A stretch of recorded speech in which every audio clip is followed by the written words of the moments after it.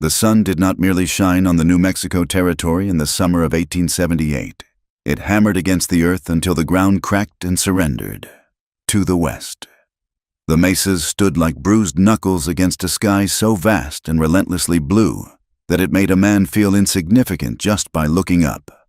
The heat was a physical weight, pressing down on the scorched scrub brush and the dry arroyos where water had not run since the previous winter.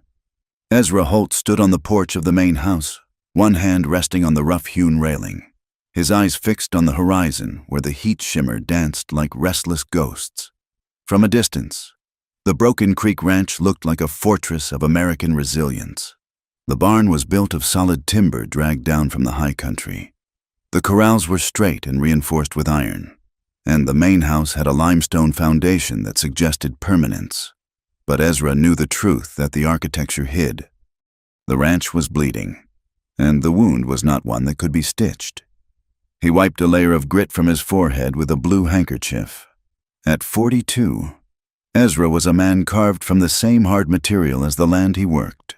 He was tall, with shoulders that had taken a permanent set from carrying burdens, both physical and invisible. His face was lined deep around the eyes and mouth, a map of long days and short nights, since Clara died 3 years ago, taken by a fever that burned through her in 3 days. The silence in the house had become a second presence. He had learned to live with it, just as he lived with the drought. He was disciplined, quiet, and fiercely loyal to the few things he had left, his father's land and the men who relied on him for their wages. But wages were becoming a problem. The rumors had started in town 4 months ago and had moved across the territory like a plague wind. Silas Crow and his syndicate were moving south. They were not ranchers in the way Ezra understood the word. They were a machine. They bought land not to tend it, but to consume it. They controlled the water rights, squeezed the supply lines, and when a small rancher finally broke under the pressure, Crow was there to buy the deed for pennies on the dollar. Just last week, the Miller place to the east had gone silent. Tom Miller had been talking about holding out until the autumn rains, but then his barn burned down on a Tuesday night. By Friday, the deed was signed over to the syndicate, and Miller was on a wagon heading for California. Ezra descended the porch steps, his boots crunching on the gravel. He headed toward the corral where his foreman, Pike, was overseeing the shoeing of a mare. Pike was a heavy man with a beard that looked like steel wool and a disposition that was twice as abrasive. He was good with cattle but had a mean streak that Ezra had to keep on a short leash. Pike looked up as Ezra approached, spitting a stream of tobacco juice into the dust. "The water in the north tank is low," Pike said, wiping his mouth with the back of his glove. "If we do not get rain by the end of the month, we are going to have to drive the herd up to the high pasture. And you know Crow has men patrolling those fences now. They claim the grazing rights are disputed. They can claim the moon is made of cheese," Ezra said, his voice a low rumble. "That grazing land has been deeded to this ranch since '55. Paper does not stop a bullet." "Ezra." Pike dropped the hoof he was holding and straightened up. "The boys are getting edgy. 3 of them asked for their pay early yesterday. They hear things in town. They say Crow is hiring riders at $40 a month. That is double what we pay. Let them go if they want to go," Ezra said. "I only want men here who know where they stand." He walked away before Pike could argue, but the knot in his stomach tightened. Loyalty was a fine thing, but it did not feed a family or keep a man from looking over his shoulder. Ezra walked past the bunkhouse and out toward the gate that marked the entrance to the ranch proper. He needed to check the southern fence line, but something on the road caught his eye. It was a figure, distorted by the waves of heat, walking slowly toward the gate. Ezra narrowed his eyes. It was rare for anyone to come out this far on foot. As the figure drew closer, the shape resolved itself. It was a woman leading a horse that favored its left foreleg. She walked with a steady, determined gait, ignoring the dust that coated her dark skirt and the heat that must have been baking her alive. He waited by the gate, his hands resting on his belt. When she finally stopped 10 feet from him, Ezra saw that she was exhausted, but she did not look defeated. She was Mexican-American, perhaps 30 years old, with skin the color of polished saddle leather and eyes that were black, sharp, and utterly devoid of fear. She wore a wide-brimmed hat pulled low, a man's work shirt that was too large for her, and a long skirt that had been patched in 3 places. She did not speak immediately. Instead, her eyes dropped to Ezra's waist. She looked at his gun belt, checking the position of the revolver, then shifted her gaze to his hands. She scanned his knuckles for fresh bruises or rings. It was a look Ezra had seen before, usually on soldiers who had spent too much time in Indian country. She was checking for threats. She was calculating whether violence was the next language she would have to speak. Only after she had finished her assessment did she look him in the face. "I am looking for work," she said. Her voice was husky, parched from the dust, but her English was clear. Ezra looked at the horse behind her. It was a good animal, an Appaloosa, but it was lame. "I am not hiring cooks," Ezra said, "and I have a washerwoman who comes out from town once a month." "I am not a cook," she said. "I am a trainer. I can break anything with 4 legs and a bad temper. My name is Lucia Reyes." Ezra looked her over again. She was slight, wiry rather than muscular. The idea of her breaking a 1,200-pound stallion seemed absurd, and yet there was a stillness about her that gave him pause. Most people fidgeted under his silence. She didn't move. "You walked a long way to tell a joke." "Miss Reyes," Ezra said, "it is no joke. I need work.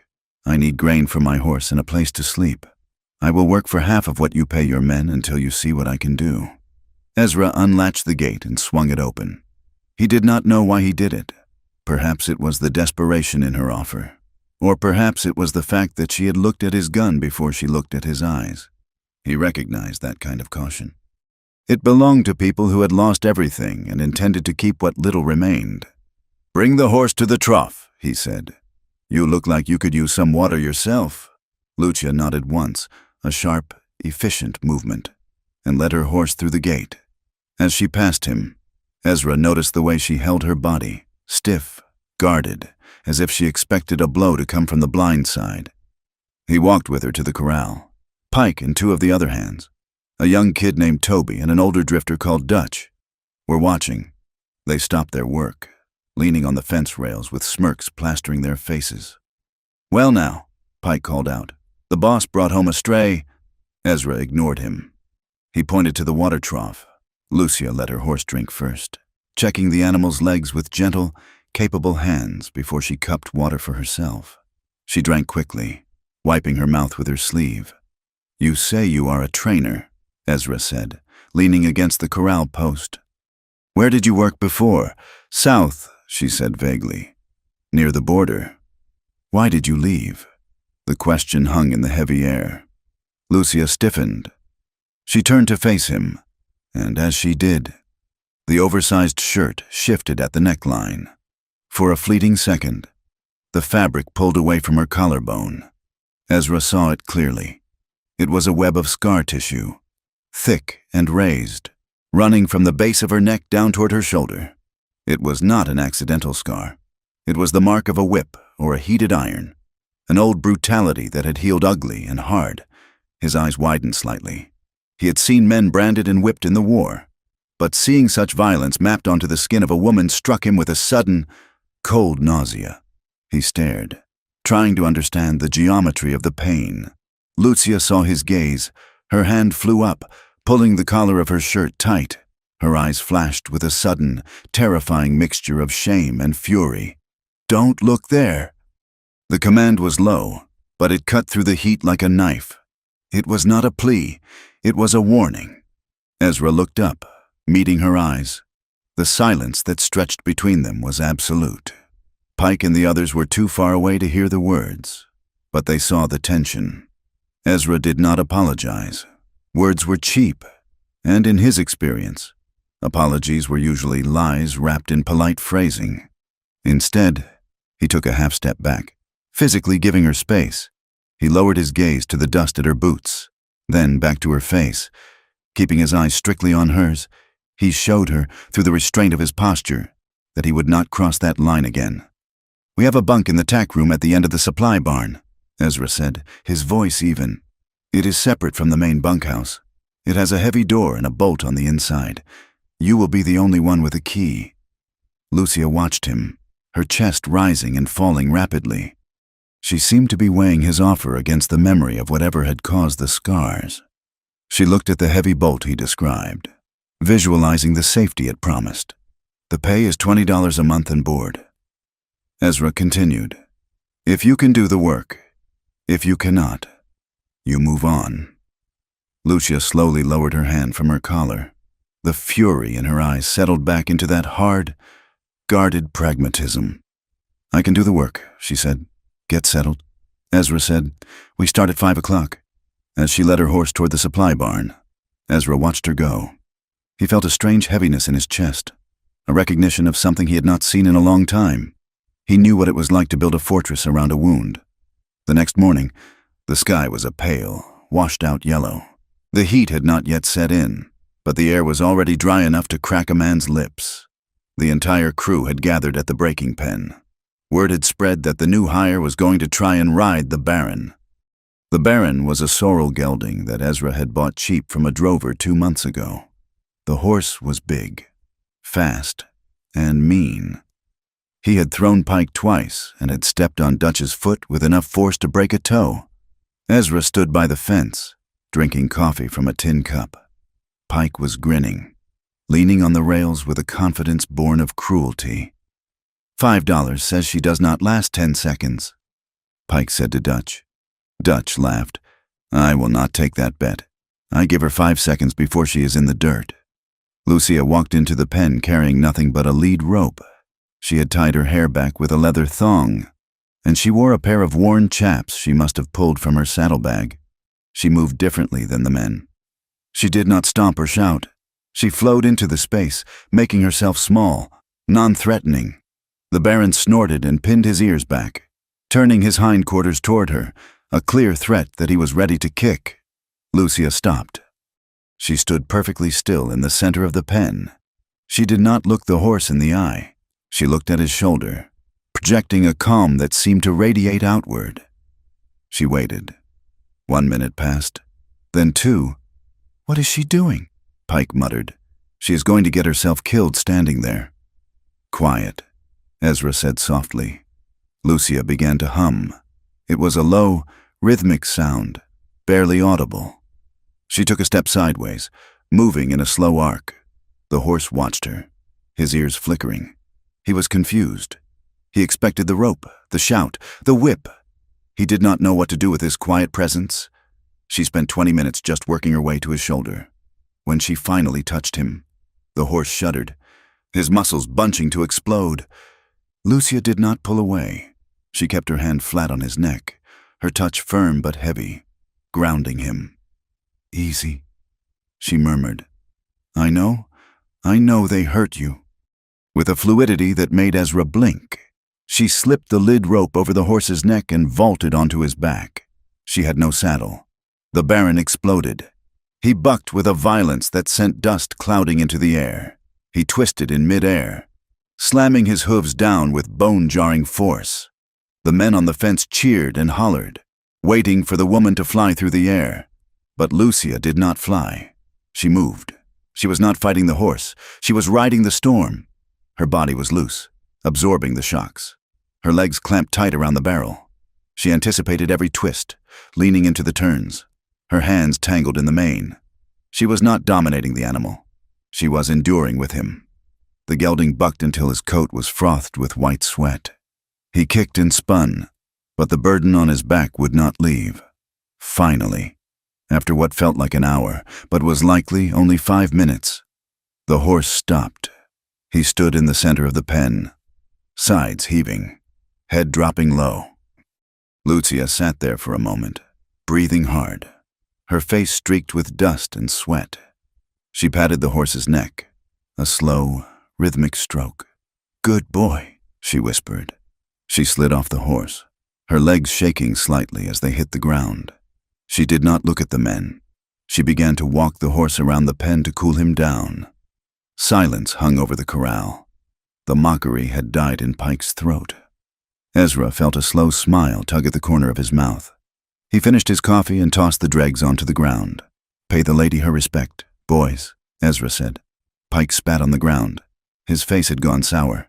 "It is a trick," he grunted. "Some Mexican witch trick.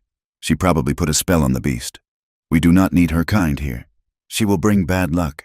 A woman like that, wandering alone. She is probably a whore who ran out of customers." The air in the corral dropped 10 degrees. Ezra pushed off the fence. He moved with a speed that belied his age. In 3 strides, he was in front of Pike. He did not raise his voice, and he did not raise his fist.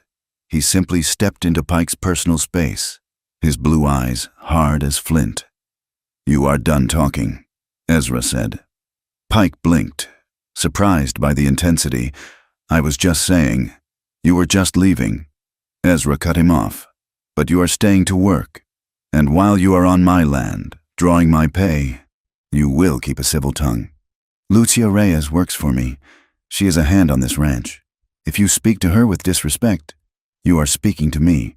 And Pike, the foreman, looked at Ezra, seeing the line that had been drawn in the dirt.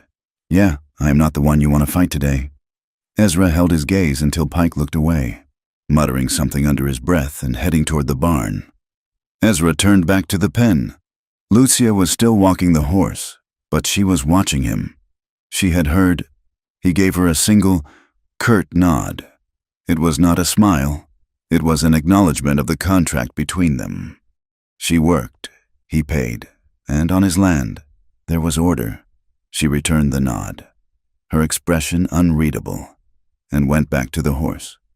The sun began to bleed out of the sky, turning the horizon a bruised purple. The day's work was done. The horses were fed, the tools put away. The ranch settled into the uneasy quiet of the evening. Ezra sat on his porch, lighting a pipe. The tobacco smoke drifted up, mixing with the smell of sagebrush.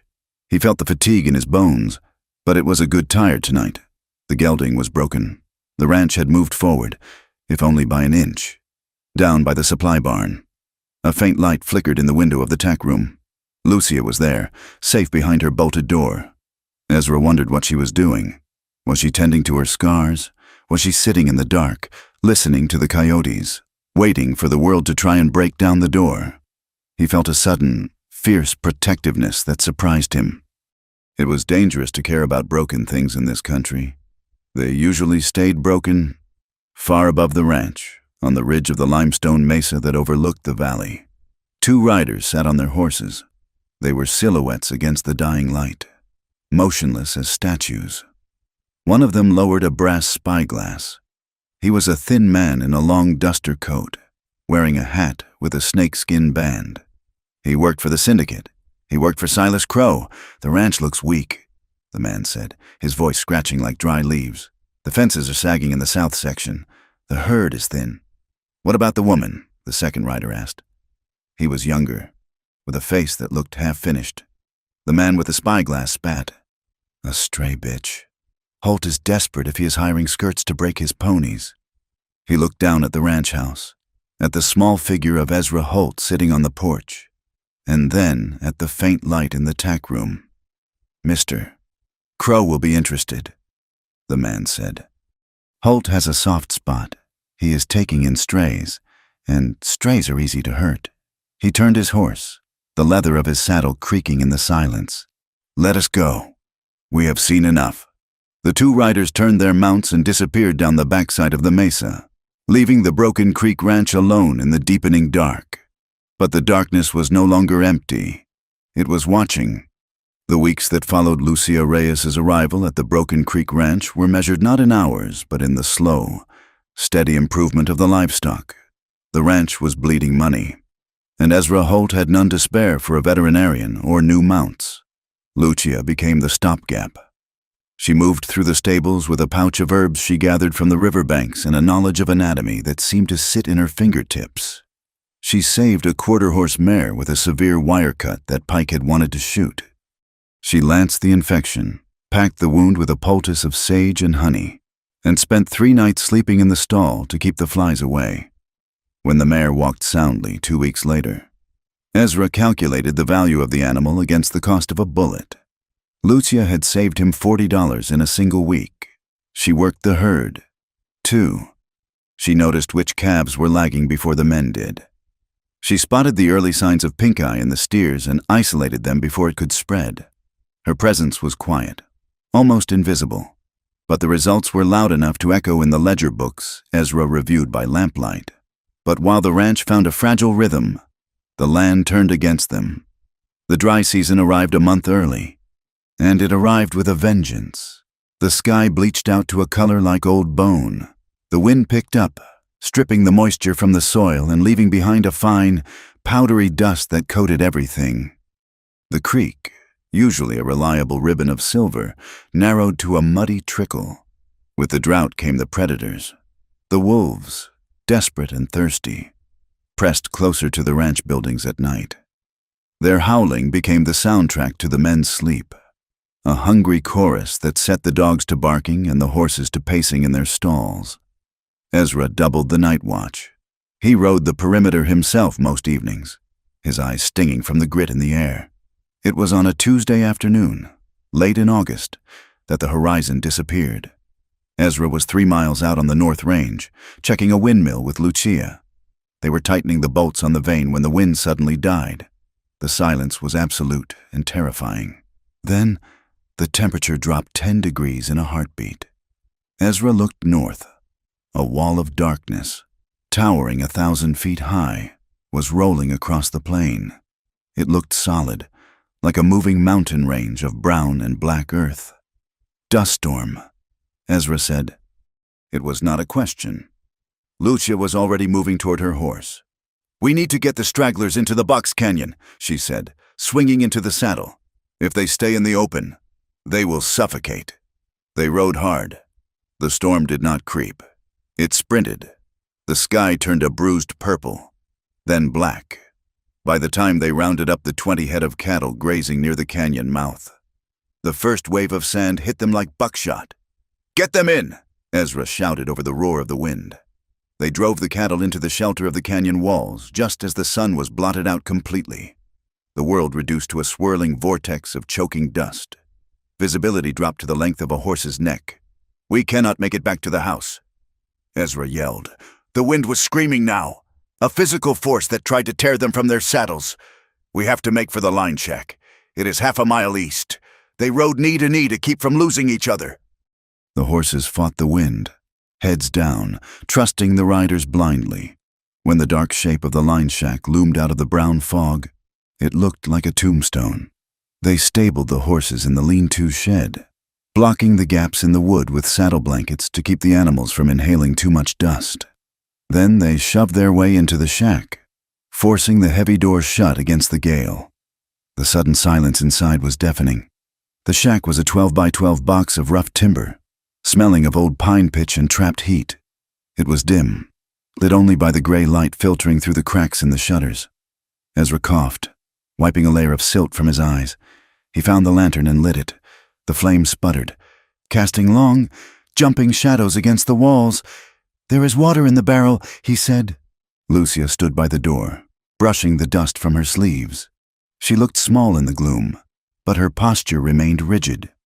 "It will last all night," she said, listening to the wind hammer the roof. Ezra nodded. He checked the supplies. There was a tin of beans, some dried beef, and a single wool blanket folded on the narrow cot in the corner. It was a setup for one man, not two. They sat on the floor, opposite each other, the lantern between them. The storm outside erased the rest of the world, leaving them suspended in a space that felt both intimate and dangerous. They passed the canteen back and forth. Ezra watched her drink. She took small sips, conserving the water by instinct. "You ride well," Ezra said. "Better than Pike." Lucia lowered the canteen. "That is not a high bar to clear." Ezra huffed a laugh. "A dry sound." "No, it is not." He leaned his head back against the wall, closing his eyes. The exhaustion of the last few months seemed to catch up with him in the stillness. "My wife used to love storms," he said. The words came out before he could stop them. He had not spoken of Clara to anyone in 2 years. She said they scrubbed the world clean. She would sit on the porch and watch the lightning until I dragged her inside. Lucia watched him. She did not offer a platitude. She waited. She died in the quiet. Ezra continued, opening his eyes and staring at the lantern flame. It was the fever. It took her voice first, then her strength. I was sick too. We were in the same bed. I held her hand. I remember thinking that if I just held on tight enough, neither of us would go, or both of us would. He looked at his hands, large and scarred. I woke up 3 days later. The fever had broken in me. She was cold. I have never understood the arithmetic of it, why the fever burned out in me and burned through her. It feels like a mistake. Lucia was silent for a long time. The wind howled outside, rattling the door on its hinges. It is not arithmetic, she said softly. It is just luck, and usually it is bad luck. Ezra looked at her. He saw the way she held her own arm, the place where the sleeve covered the scars he had seen that first day. You have had your share, he said. Lucia looked away, toward the shuttered window. My father had a deed, she said. It was a Spanish grant, older than the territory. We had sheep. We had a valley that stayed green even in August. She traced a pattern in the dust on the floorboards with her finger. A man came from the east. He had friends in the court. He produced a new paper that said our boundaries were wrong. He said we were squatting on his land. When my father refused to leave, the sheriff came, but he did not come as a sheriff. He came with 20 men who were not deputies. She stopped moving her finger. They used the law as a shield, she said, her voice devoid of emotion, which made the story worse. They said we resisted arrest. They burned the house to flush us out. My father died in the doorway. My brothers were shot running for the trees. I was kept for a while, to be taught a lesson about where I belonged. The silence in the shack became heavy, charged with the weight of her confession. Ezra felt a cold fury rising in his chest, a familiar anger at the way the powerful devoured the weak in this country. But he knew Lucia did not want his anger, and she certainly did not want his pity. Pity was a luxury for people who were safe. He leaned forward, resting his elbows on his knees. I cannot fix the world, Lucia, he said, and I cannot bring back what was stolen. He met her eyes. The lantern light caught the sharp angles of her face, the defiance that lay beneath the trauma. But on this ranch, the law is what I say it is, and I say you earn your place here. I promise you fairness. Nothing more, because I cannot guarantee safety, but you will have fairness. Lucia looked at him. She was searching for the lie, the hidden hook in the bait. She found none. Fairness is enough, she said. The night deepened, and the temperature inside the shack dropped rapidly. The desert cold was penetrating. Ezra stood up and took the single wool blanket from the cot. He hesitated, then shook it out. It is freezing, he said. We have to share it. Lucia stiffened, but she nodded. It was a practical necessity. They sat on the floor, backs against the wall. The blanket draped over both of them. They did not touch, but the space between them was filled with the heat of their bodies. Ezra could smell the scent of her. Horses, sage, and something uniquely hers, like rain on dry earth. He was acutely aware of her breathing. Every time she shifted, the movement sent a jolt through him. He had been lonely for a very long time, but this was not just loneliness. It was a recognition. He looked at her profile in the dim light and saw a strength that matched his own. He wanted to reach out and take her hand, not to possess, but to anchor, but he kept his hands on his own knees. Lucia stared straight ahead, but her breathing was shallow. She was terrified of the closeness, yet she did not pull away. For the first time in years, the proximity of a man did not mean pain. It meant warmth. They slept fitfully, drifting in and out of awareness, guarded even in their dreams. The storm broke by morning. The sun rose on a landscape that had been reshaped. Drifts of sand piled against the barn walls, and the air was crisp and clear. Life on the ranch resumed. But the dynamic had shifted. It was in the small things. When they worked the corral, Ezra would catch Lucia's eye before making a decision, seeking her nod. When they passed a water bag back and forth, their fingers would brush. and neither would pull away as quickly as before. The men noticed. Pike watched them with narrowed eyes, whispering to the new hands Ezra had hired, men with shifting gazes and no history. 2 weeks after the storm, supplies ran low. Ezra was needed at the branding shoot, so Lucia harnessed the buckboard to go into town. "I will be back by noon," she told Ezra. "Be careful," he said. He did not say, "Don't go." He respected her competence too much for that. Lucia drove the wagon into the settlement of Agate Creek. It was a dusty collection of false front buildings and a church that seemed to judge the sinners from its hilltop. She tied the team at the rail outside the mercantile and walked in. The bell above the door chimed. The store smelled of coffee beans and leather. Mr. Gable, the proprietor, was behind the counter. He was a balding man who smiled too much at the wives of the wealthy and not at all at anyone else. "I need 50 pounds of flour," Lucia said, placing a list on the counter, "and a keg of nails." Gable did not look at the list. He looked at Lucia, then past her, as if checking for an owner. "We are out of flour," he said flatly. Lucia looked at the sacks stacked clearly behind him. "I can see the flour, Mr. Gable. That is reserved," he said, "for customers. I have money." Gable leaned over the counter. His face was flushed with the petty power of a small man. "We do not serve your kind here," he hissed. "You Mexicans bring trouble, and I hear you are living out at the Holt place, a woman alone with a widower. We know what you are. I will not have my decent customers subjected to it." Lucia stood rigid. The shame burned her cheeks, hot and familiar. She reached for her list to tear it up and leave, but the bell above the door chimed again. Ezra walked in. He had ridden hard to catch up to the wagon, driven by a bad feeling he couldn't shake. He stood in the doorway, dusting his hat against his leg. The atmosphere in the store evaporated. "Is there a problem?" Ezra asked. His voice was quiet, but it filled the room. Gable swallowed. "Mr. Holt, I was just telling the lady that we are short on stock." Ezra walked to the counter. He placed his heavy revolver on the wood.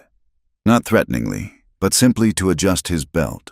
The sound of the steel on the counter was very loud. "I see plenty of stock," Ezra said. He looked at Gable. "Load the wagon. Everything on the list." Gable stammered. "Ezra, you know how people talk. Silas Crow. He says that—" "I do not care what Silas Crow says." Ezra interrupted. "And I do not care what you think. This woman manages my ranch. Her money is my money. Her business is my business. If you refuse her, you refuse me. And I spend a lot of money here. Gable." Gable went pale. He looked from Ezra to Lucia, then hurriedly began to stack the flour on the counter.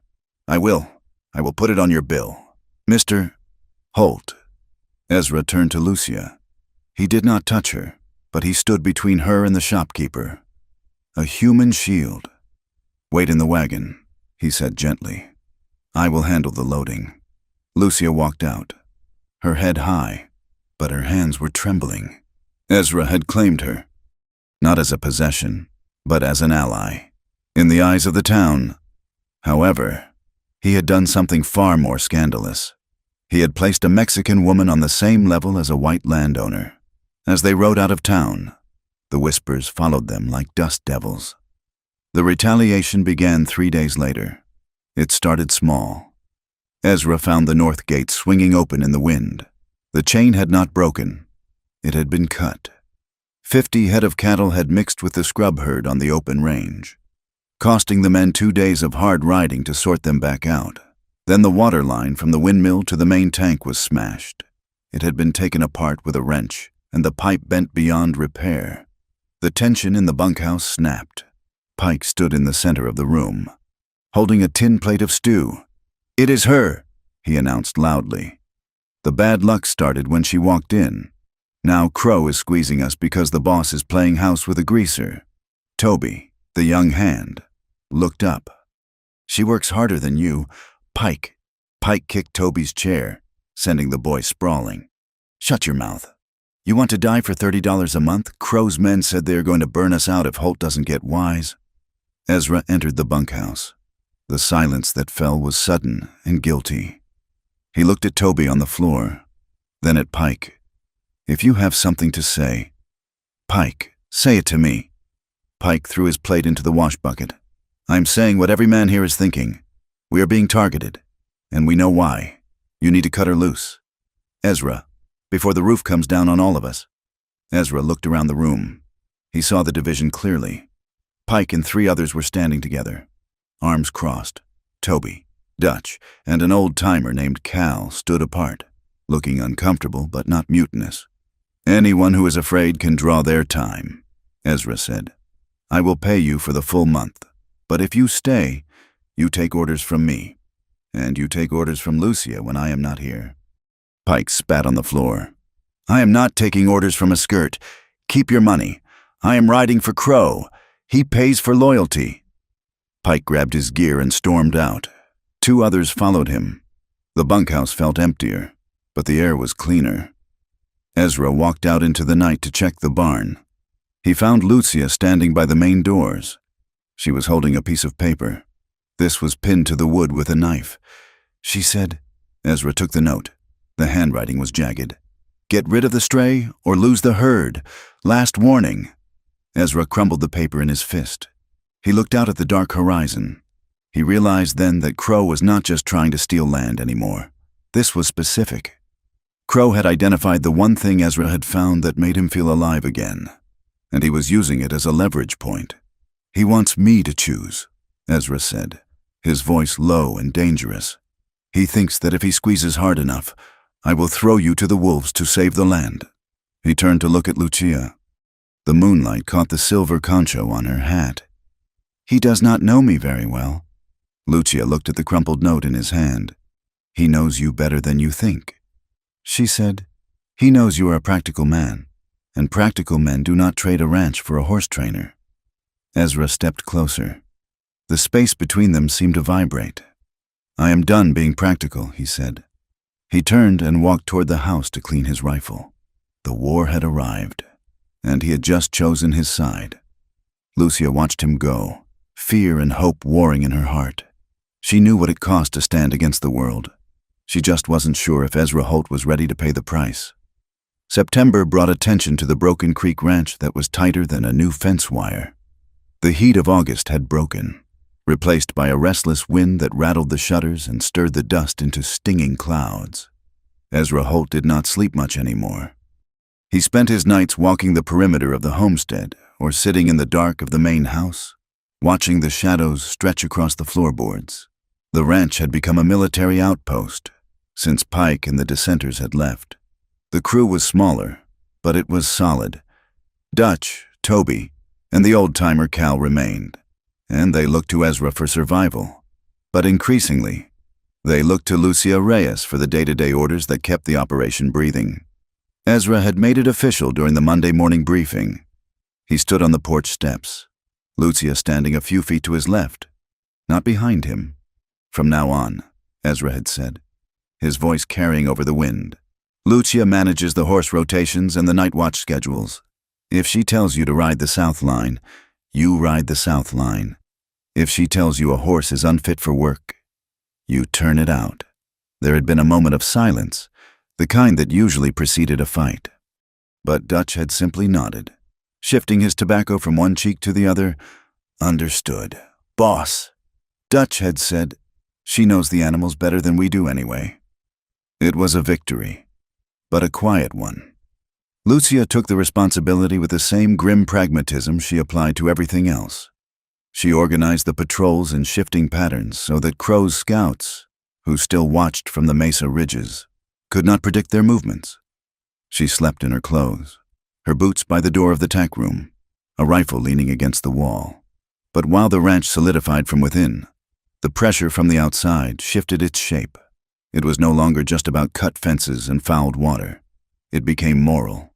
On a Thursday afternoon, a buggy painted a solemn black rolled through the ranch gate. The horse pulling it was well fed, a stark contrast to the rib-thin cattle on the surrounding range. The driver was Reverend Josiah Sterling, the preacher from Agate Creek. He was a man with a face like a dried apple and eyes that judged the world and found it wanting. Ezra met him in the yard. He did not invite the man down from the buggy. "Reverend," Ezra said, holding the bridle of the preacher's horse to keep it steady, "you are a long way from the pulpit." "I go where the Lord sends me." "Ezra," Sterling said. His voice was thin and reedy. "And lately, the spirit has been heavy with concern for this valley." Ezra waited. He knew this was not a social call. "There is talk." "Ezra," the preacher continued, leaning forward, "ugly talk about the arrangement out here. A Christian man living alone with a woman of a different nature. Without the sanctity of marriage, it casts a shadow on the community. It invites moral ruin." Ezra tightened his grip on the bridle. The horse tossed its head. "She is my employee." "Reverend, she lives in the barn. I live in the house. Proximity breeds sin," Sterling said, his voice dropping to a conspiratorial whisper. "And her kind. They are not like us. They carry a different blood, a hotter blood. The town elders are concerned. Mayor Higgins, Mr. Crow, myself. We worry for your soul, Ezra, and for the reputation of the territory. For order's sake, you should send her away." Ezra looked at the man. He saw the hypocrisy etched into every line of Sterling's face. He knew that Silas Crow sat in the front pew of Sterling's church every Sunday, putting $10 gold pieces into the collection plate. "You tell Mr. Crow," Ezra said, his voice dropping to a rumble that vibrated in his chest, "that my soul is my own business. And you tell the town elders that if they are so concerned about sin, they should look at the theft and arson happening on my land before they look at who breaks my horses." Sterling straightened up, his face reddening. "Pride goeth before destruction. Ezra, you are isolating yourself. When the judgment comes, you will stand alone." "I have stood alone before," Ezra said. "Now get off my land." He slapped the horse's flank. The buggy jerked forward, turning sharply and rattling back toward the gate. Ezra watched it go, the taste of bile in his throat. He turned to find Lucia standing in the shadow of the barn door. She had heard. She always heard. Her face was pale, her eyes dark and unreadable. She vanished into the barn before he could speak. That evening, Ezra found her in the tack room. She was not sleeping. She was packing. Her small canvas bag was open on the cot, and she was folding her 2 spare shirts with precise, mechanical movements. Ezra stood in the doorway, blocking the light. "What are you doing?" he asked. Lucia did not look up. "I'm saving you the trouble," she said. "The preacher is right about one thing. I am a target. And as long as I am here, you are a target too. You are not leaving," Ezra said. Lucia slammed a shirt into the bag. She spun around, her composure cracking. "Do you think I cannot hear them?" she demanded. Her voice rose, sharp and jagged. "They call me a whore in the street. Now they come to your home and tell you I am a stain on your soul. I have lived through this before. Ezra, I know how it ends. They will burn this place down to get to me. I will not let you lose your father's land for a hired hand." She moved to push past him, but Ezra caught her arm. It was the first time he had grabbed her in anger, and he released her instantly, holding his hands up. "Stop," he said. Lucia backed against the saddle rack, her chest heaving. "Why?" she asked. "Why are you doing this? It is bad business. It is bad survival." Ezra looked at her. The room was dim, smelling of leather and oil. He saw the fear in her eyes, not for herself, but for him. She was trying to protect him by disappearing, because before you walked through that gate, I was already dead, Ezra said. The words hung in the air, heavy and absolute. Lucia stopped moving. Ezra took a step closer. He did not touch her, but he leaned in, forcing her to see the truth in his face. "I was a ghost. Lucia, I woke up every morning and did the work because I did not know how to stop. But I was not here. I was buried in the ground with Clara. I had forgotten what it felt like to fight for something. I had forgotten what it felt like to look at the horizon and see a future instead of just another day to endure." He lowered his voice. "You woke me up. You made me remember that dignity is worth fighting for, that I am worth fighting for. If you leave now, you take the fight with you. and I will go back to being a ghost. Is that what you want?" Lucia stared at him. Her eyes searched his face, looking for the pity she hated, but finding only a raw, terrifying honesty. She saw a man who was not saving her, but who was admitting that she had saved him. "I do not want to be the reason you are ruined," she whispered. "You are the reason I am standing," Ezra said. He stepped back, giving her the space she needed. "Unpack your bag. Lucia, we have cattle to move tomorrow." She did not answer, but she did not pick up the bag. She stood there, trembling slightly, as the walls she had built around herself developed a hairline fracture. 2 days later, the weather turned violently. A storm in the high country sent a flash flood tearing down the Pecos River. The water rose 4 feet in 2 hours, turning the lazy current into a brown, churning muscular force that ate away at the banks. Ezra and Lucia were 5 miles out, moving a group of 30 steers and calves from the low pasture to the high ground before the water could cut them off.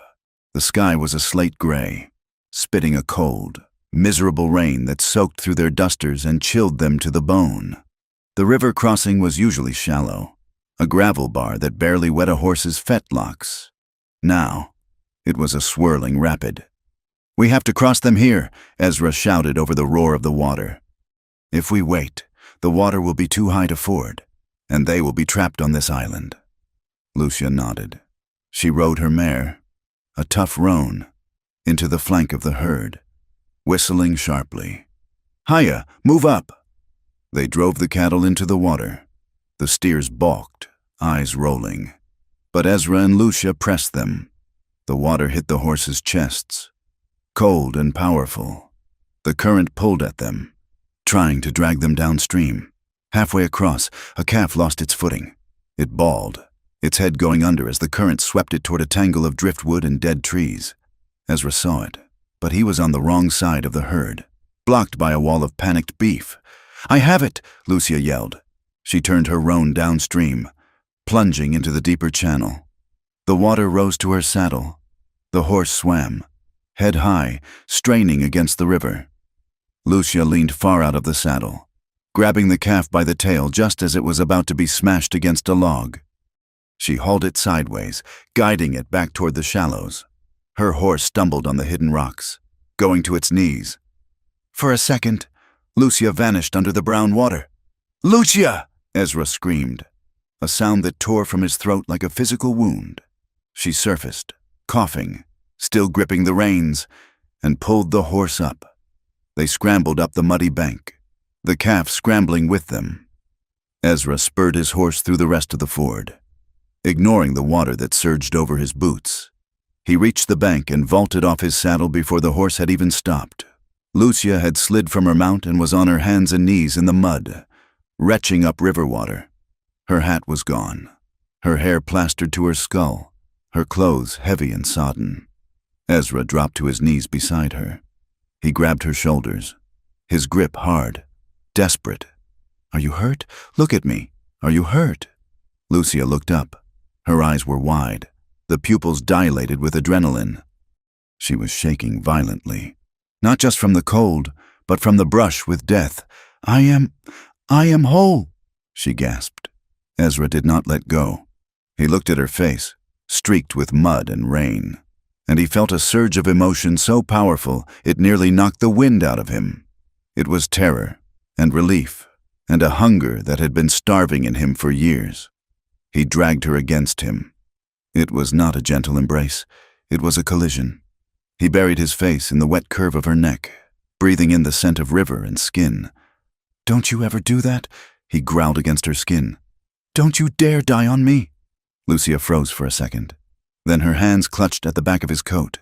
She pulled him closer, a desperate, clawing need to feel the heat of him, to prove that they were both still alive in this unforgiving world.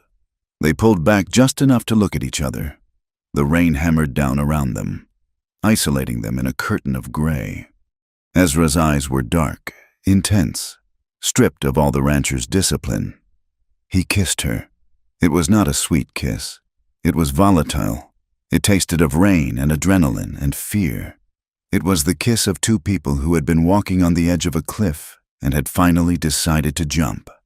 Ezra's mouth was hard on hers, demanding, and Lucia met him with a ferocity that matched his own. Her hands tangled in his wet hair, pulling him down. For a moment, there was nothing but the sensation of contact, the fire that ignited despite the cold rain. It was a claiming, a chaotic merging of two lonely lives. Then, reality rushed back in. Lucia gasped and shoved him away. She scrambled backward in the mud, her chest heaving. She looked at him with wild eyes, wiping her mouth with the back of her hand. "No," she said. The word was a fracture in the moment. Ezra stayed where he was, on his knees, his hands hovering in the empty air where she had been.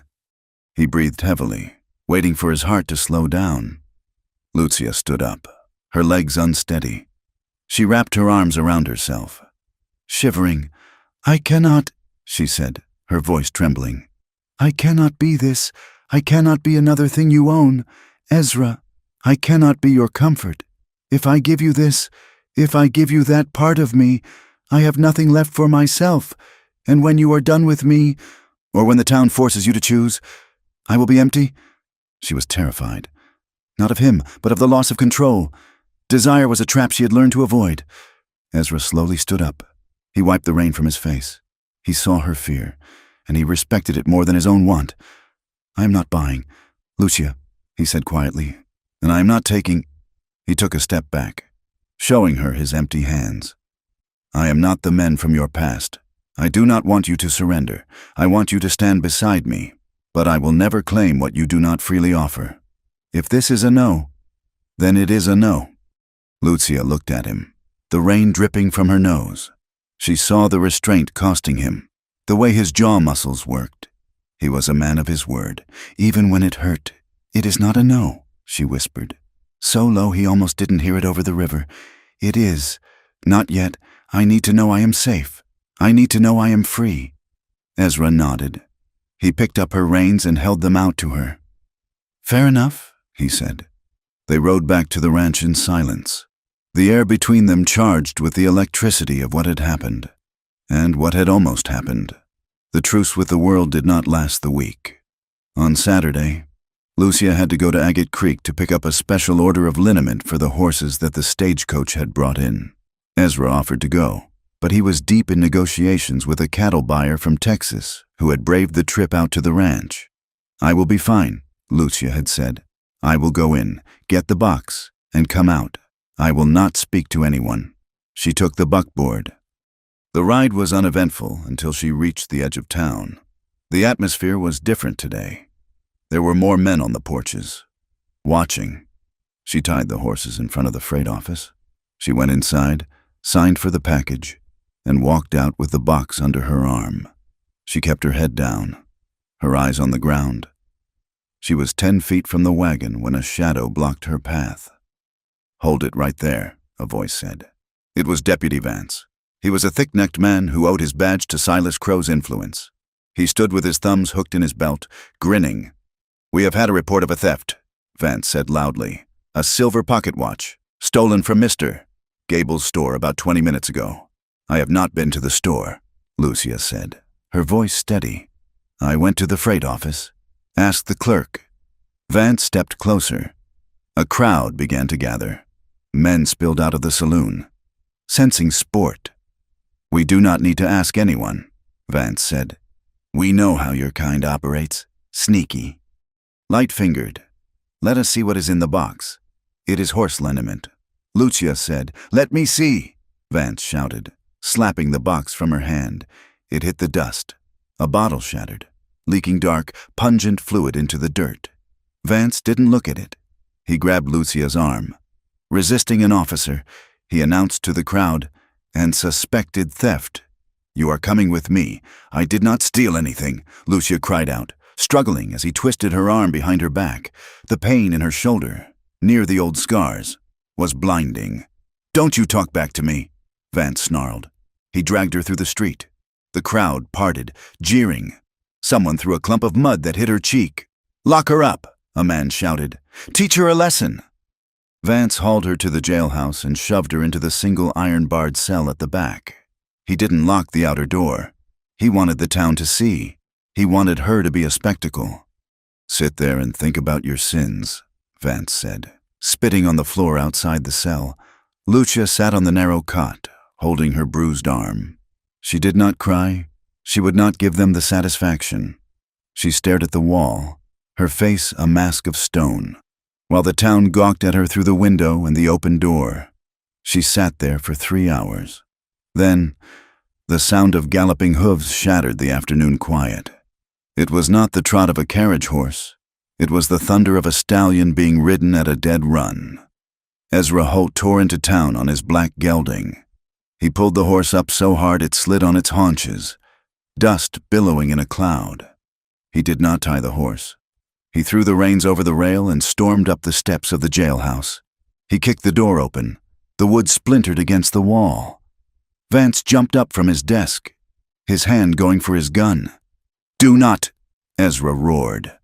The command was so forceful that Vance froze. Ezra walked to the desk. He reached into his coat and pulled out a heavy leather pouch.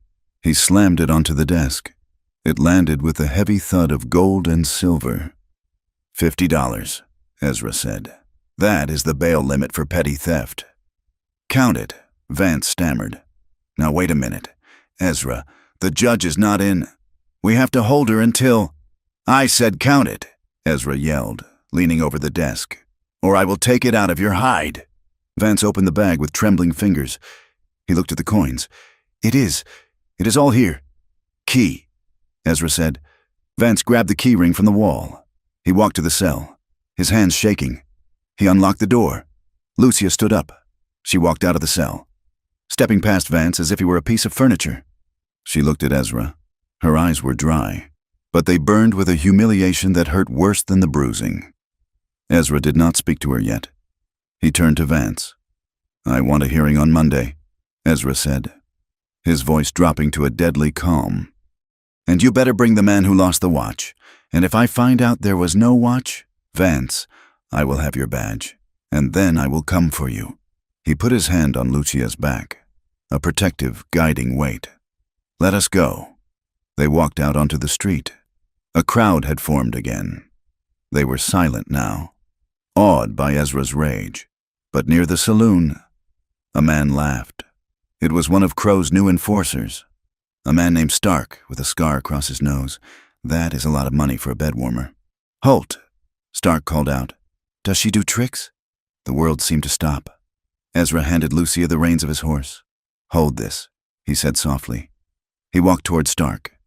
Stark stood up from the bench, grinning, his hand drifting toward his knife. Ezra did not stop. He walked straight into Stark's space. When Stark reached for his knife, Ezra caught his wrist with his left hand and drove his right fist into Stark's face. The sound was like a hammer hitting a side of beef. Stark's nose crumpled. He went down hard in the dust. Ezra stood over him, breathing hard. He looked at the crowd. He looked at the shopkeepers, the churchgoers, the silent men who let this happen. "Anyone else?" Ezra asked. No one moved. Ezra turned, walked back to Lucia, and took the reins. He helped her up onto his horse, then swung up behind her. They rode out of town, leaving a silence that felt like the calm before a massacre. The sun had set by the time they reached the ranch porch. The adrenaline had faded, leaving behind a dull, throbbing ache in Ezra's hand and a heavy exhaustion in the air. Lucia brought a bowl of warm water and a strip of clean linen out to the porch where Ezra sat. His right hand was swollen, the knuckles split and bleeding. She sat on the bench beside him. She took his hand in hers. Her touch was incredibly gentle, a stark contrast to the violence of the day. "You should not have done that," she said softly, dipping the cloth in the water. "You made an enemy of the whole town." Ezra winced as the water touched the raw skin. They were already enemies. "Lucia, they just stopped pretending." He watched her work. She wrapped the linen around his hand with practiced efficiency. She was close to him, her head bent over his hand. "They wanted to break you," Ezra said. "They wanted me to see you in that cage and be ashamed." Lucia paused. She looked up at him. "Were you?" Ezra used his uninjured hand to touch her chin, tilting her face up. "I have never been prouder to know anyone," he said. "You sat in that cell, and you did not give them a single tear. You are stronger than all of them combined." Lucia's eyes filled. Finally, the tears she had held back in the jail spilled over. She leaned forward, resting her forehead against his chest. Ezra wrapped his arms around her, holding her tight against the night. "This is not over," she whispered into his coat. "Crow will not stop." "I know," Ezra said, looking out at the darkness where the wolves were howling. But tonight, on the porch, with her bandaging his wounds, the fear was matched by something else, a tenderness that had taken root in the rocky soil of their lives. They were marked targets now, but they were targets who were no longer alone. Ezra looked at his bandaged hand, then at the woman resting against him. "Let them come," he thought. He kissed the top of her head. Let them come. The October wind in the New Mexico territory was a thief. It stole the moisture from the soil, the heat from the day, and on the night of the 12th, it tried to steal the future of the Broken Creek Ranch. It began 2 hours after midnight. The moon was a sliver of bone in a black sky, offering little light. Ezra Holt was awake, sitting in his study with a ledger open, staring at columns of figures that refused to balance. The silence of the house was heavy, broken only by the scratching of a mouse in the wall. Then came the smell. It was not the comforting scent of a wood stove or the sharp tang of branding iron smoke. It was thick, oily, and sweet. Kerosene. Ezra dropped his pen. He was out of the chair and through the front door before the thought fully formed in his mind. He hit the porch, and the world turned orange. The hay barn, a massive structure of seasoned timber located 50 yards from the main house, was not just burning, it was roaring. The flames climbed the walls like living things, feeding on the dry winter feed stored inside. The heat hit Ezra's face across the yard, a physical blow that dried his eyes instantly. "Fire!" Ezra bellowed, his voice tearing through the night. "Fire in the barn!" The ranch erupted into chaos. The bunkhouse door banged open. Dutch and Toby stumbled out, pulling on their boots, their faces slack with shock as they saw the inferno. "The horses!" Ezra screamed, running toward the adjacent stable. The heat was already radiating through the wood of the stalls. If the wind shifted, the sparks would jump to the stable roof, and the animals inside would burn alive. Ezra reached the stable doors just as Lucia Reyes sprinted from the darkness. She was dressed in her nightshirt with trousers pulled hastily over them, her feet bare in her unlaced boots. Her hair was loose, flying behind her like a dark banner. "Get the halters!" she shouted. "Not waiting for orders. We have to run them to the South Corral." They worked with a desperate, terrifying synchronicity. Ezra threw open the stall doors while Lucia grabbed the terrified animals. The horses were screaming, a high-pitched human sound that chilled the blood. The air was filled with smoke and the crackle of burning timber that sounded like gunfire.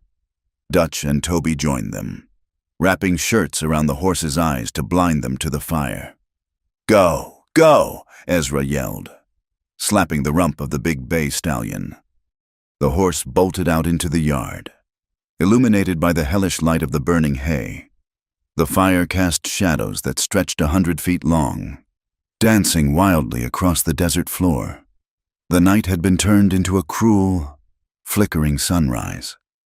Lucia was inside the stall of the new mare, the one that was prone to panic. The animal was rearing, striking out with its hooves. The stable was filling with smoke, making it hard to breathe. "Easy," Lucia commanded, her voice dropping to that low, resonant register she used for the broken ones. She ducked under a flailing hoof, risking her skull, and clamped her hand over the mare's nose, forcing the animal's head down. "Trust me." She clipped the lead rope on. Ezra watched her for a split second through the haze. The firelight caught her face, fierce and soot-streaked. She looked like a spirit forged in the flames, unafraid of the heat because she had already walked through it. She led the mare out, running alongside the animal as embers rained down like fiery snow. "We have to drop the water tank," Ezra shouted to Dutch. "Soak the stable roof or we lose the tack room too." They fought the fire for 3 hours. It was a losing battle for the hay barn. That was gone the moment the match was struck. But they fought to save the rest. They formed a bucket line from the windmill tank, drenching the walls of the stable and the main house. The heat singed the hair on their arms and blistered the paint on the siding. By the time the roof of the hay barn collapsed inward with a sound like a dying giant, sending a geyser of sparks toward the stars, the danger had passed. The stable stood. The horses were safe in the far corral, huddled together and shivering. Ezra stood in the yard, his hands resting on his knees, gasping for air. His lungs burned. His shirt was ruined, scorched and black with ash. He looked at the pile of glowing embers that used to be his winter feed. That was $500 of hay. Gone. He knew it was not an accident. The smell of kerosene had been too strong. He turned to look for his crew. Dutch and Toby were sitting by the trough, splashing water on their faces. Lucia was standing by the corral fence, checking the legs of the bay stallion. Ezra walked over to her. His boots felt heavy as lead. "Are you burned?" he asked. His voice was a wreck, raspy from the smoke. Lucia turned. Her face was black with soot, her eyes standing out in stark, white contrast. She had a burn mark on her forearm where a falling ember had landed, but she didn't seem to notice it. "I am fine," she said. "The mare has a cut on her flank, but it is shallow." Ezra looked at the burn on her arm. He reached out, taking her wrist gently. He examined the angry red mark. "You are hurt." "It is nothing," she said, pulling her hand away slowly. "It is just fire." Ezra looked back at the smoldering ruins. The anger that had fueled him during the crisis was draining away, leaving behind a hollow, aching exhaustion. "It was Crow," Ezra said. "It had to be. He burned the feed to starve us out."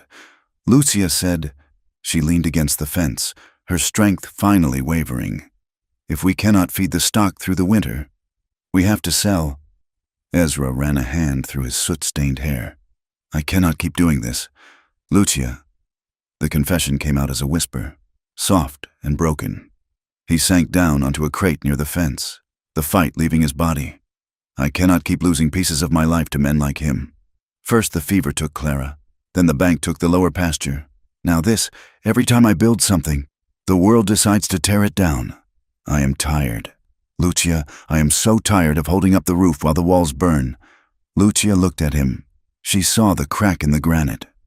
Ezra Holt was the strongest man she had ever known, but even stone wore down under the constant dripping of water. She walked over and sat on the ground near the crate, looking up at him. "I know that kind of tired," she said. She picked up a handful of dirt and let it run through her fingers. "I told you about my father," she said, "but I did not tell you about afterward." Ezra looked at her, listening in the quiet that follows disaster. "After the fire that killed my family, I had nowhere to go. A man came to me, Don Armando. He was powerful. He owned land from the river to the mountains. He told me he had been a friend of my father. He offered me protection. He said, 'Come to my hacienda. Lucia, you will be safe there. No one will hurt you under my roof.'" Her voice was steady, but her hands were trembling slightly. "I went. I was 18. I thought he was a savior, but protection has a price." Ezra, he did not want a guest. He wanted a possession. He wanted something pretty to keep in a cage. When I tried to leave, he showed me the bill. He said I owed him for the food, for the clothes, for the air I breathed. He said if I left, his men would find me and bring me back in chains. Ezra watched her face, the firelight reflecting in her dark eyes. "That is where the scars came from," she said quietly. "He liked to remind me that my skin belonged to him. He used a riding crop. He said it was discipline. He said he was teaching me gratitude." Ezra felt a sickness rise in his gut, a violent urge to kill a man he had never met. "I ran away 3 times, Lucia said. "The 3rd time, I stole a horse and rode until the horse died.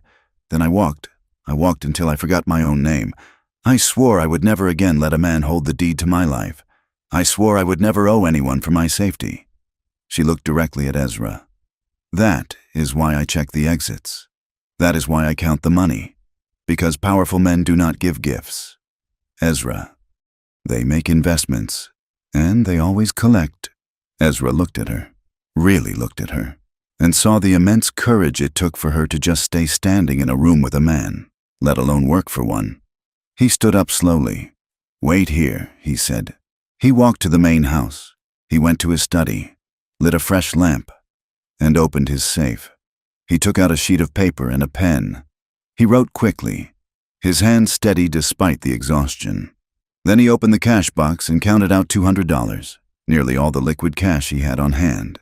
He returned to the corral. Lucia had not moved. Ezra handed her the paper and the stack of bills. "This is a bank draft for 6 months of wages, in advance," Ezra said. "And the cash is a bonus for saving the herd tonight." Lucia looked at the money, then at him, confusion clouding her eyes. "You are firing me." "No," Ezra said. "I am freeing you." He pointed to the paper. "That is a letter of reference. It says you are the finest horse trainer in the territory. It is signed and stamped. You can take that money, take your mare, and ride north or west. You can go to California. You can get far away from Silas Crow and his fires. You can get far away from me." He squatted down so he was eye level with her. "I am not Don Armando. Lucia, I am not a jailer. You do not owe me for the roof over your head. You earned it. You do not owe me for the protection. You earned that too. If you stay here, you are going to be in the middle of a war, and I cannot promise you will win. So I am giving you the choice. Leave now, with money in your pocket and no debt, or stay. But if you stay, it is because you choose it, not because you have nowhere else to go." Lucia held the papers. The paper rustled in the wind. She looked at the money, enough to start over, enough to be safe. She looked at the burned barn, the smell of ash choking the air. Then she looked at Ezra. She saw the soot on his face, the bloodshot eyes, and the open, honest way he offered her the door. He was giving her the one thing she had been denied for 10 years, autonomy. She slowly folded the bills and put them in her pocket. She folded the letter of reference and put it with the money. Then she stood up and brushed the dust from her trousers. "I will need coffee before we start the repairs," she said. Ezra blinked. "You're staying?" Lucia looked at the sunrise that was just beginning to bleed gray into the eastern sky. "I am not running from fire anymore. Ezra, I am tired of walking. And besides," she looked back at him, a ghost of a smile touching her lips. "You would make a terrible cook without me." Ezra let out a breath he didn't know he had been holding. It was a long, shuddering exhale. He nodded. "I make decent biscuits." He defended weakly. "They are like rocks." "Ezra." They stood there in the wreckage of the night, and for the first time, the distance between them felt like a bridge rather than a chasm. In the weeks that followed the fire, the dynamic on the Broken Creek Ranch shifted into something solid and undeniable. They rebuilt the barn wall with the salvaged timber. They moved the herd to the lower canyon where the grass was thin but safe. The relationship between Ezra and Lucia deepened, not into a passionate affair, but into a domestic partnership that was almost more dangerous because of how natural it felt. They ate their meals together at the long table in the main house. It started as a necessity, discussing ranch business, but it became a ritual. Lucia would cook a stew with peppers she grew in a pot by the door, and Ezra would slice the bread. They talked about the horses, the weather, and the price of beef, but they also talked about other things. Ezra told her about his boyhood in Ohio, about the green trees and the rivers that never ran dry. Lucia told him about the music her mother used to play on a guitar, and the way the desert smelled after the monsoons in the south. They rode the line together 3 times a week. On these rides, away from the prying eyes of the crew, they allowed themselves moments of quiet joy. One afternoon, chasing a stray calf through a dry creek bed, Ezra's hat blew off in a gust of wind. It tumbled end over end, landing in a prickly pear cactus. Ezra stared at the hat, stuck firmly among the thorns. "Well," he said dryly, "that is unfortunate." Lucia laughed. It was a clear, bright sound that startled a hawk from a mesquite bush. Ezra turned to look at her. He realized he had never heard her laugh like that. It changed her face, erasing the years of vigilance and leaving behind someone young and vibrant. He smiled, a genuine crinkling of his eyes. "You find my misfortune amusing," Miss Reyes, it is the cactus, she said, still smiling. It has good taste. It knows a good hat when it sees one. Ezra shook his head. Retrieving the hat carefully, I think it is a sign, he said. The land is telling me to buy a new one, or telling you to hold on to things tighter, she replied. The playfulness hung in the air, light and unfamiliar, in a world that seemed allergic to joy. Their laughter felt like an act of rebellion. They were two people who had been hollowed out by grief and trauma, slowly filling each other up again. But the world outside the ranch was not laughing. November brought a cold front and a delegation from the town. It was a Tuesday morning. Ezra and Lucia were in the corral, sorting the yearlings. A group of 6 riders appeared on the road. They did not look like customers. Ezra wiped his hands on a rag and stepped out of the corral. Lucia stayed by the gate, her hand resting on the latch. The riders stopped 10 yards away. At the front was Mr. Gable, the storekeep. Flanked by Deputy Vance and 4 other men Ezra recognized as loud voices in the town's saloons. They were the Citizens Committee, a polite name for a mob with a moral grievance. Ezra, halt, Gable shouted. We need to have words. Ezra walked to the center of the yard. He stood with his feet apart, his posture relaxed but ready. I'm listening, Ezra said. Gable looked nervous, but Vance looked eager. We are here to deliver a warning, Vance said, spitting into the dirt. The town is tired of the situation out here. It is unnatural. A white man living with a Mexican woman. It sends the wrong message. It is affecting business. Decent folks do not want to trade with a man who has no respect for his own race. Ezra's expression did not change. Is that so? He said. It is. Gable piped up. Silas Crow. Well, Mr. Crow and the mayor agree. For the good of the community, the woman has to go. If she is gone by sunset, the trouble stops. If she stays, well, we cannot guarantee that accidents won't happen. Like that fire. Ezra looked at the men. He saw the hatred in their eyes, the small-minded bigotry that Crow was manipulating to get his hands on the water rights. Lucia stepped forward. She opened the corral gate and walked out to stand 5 feet behind Ezra. She did not hide. She did not look down. She looked at Vance with a gaze that could cut glass. I am not going anywhere, she said clearly. Vance laughed. Look at her, acting like she belongs here. You are a stray, girl. You are just something Hope picked up to keep his bed warm until he finds a proper woman. The insult hung in the cold air. Ezra took 2 steps forward. The group of riders shifted their horses nervously. Ezra's voice dropped to a register that was terrifyingly calm. You are making a mistake, Ezra said. We are just stating facts, Vance sneered. She is a hired help, a servant. She has no standing here. Ezra looked at Vance. Then he looked at his own ranch hands. Dutch, Toby, and Cal, who had gathered by the barn, watching. He looked at Lucia. He made a decision. It was a decision that would burn the last bridge he had with the polite society of the territory. But he did not care. Lucia Reyes is not a servant, Ezra announced. His voice rang out across the yard, loud enough for every man to hear. He turned and looked at Lucia, then back at the mob.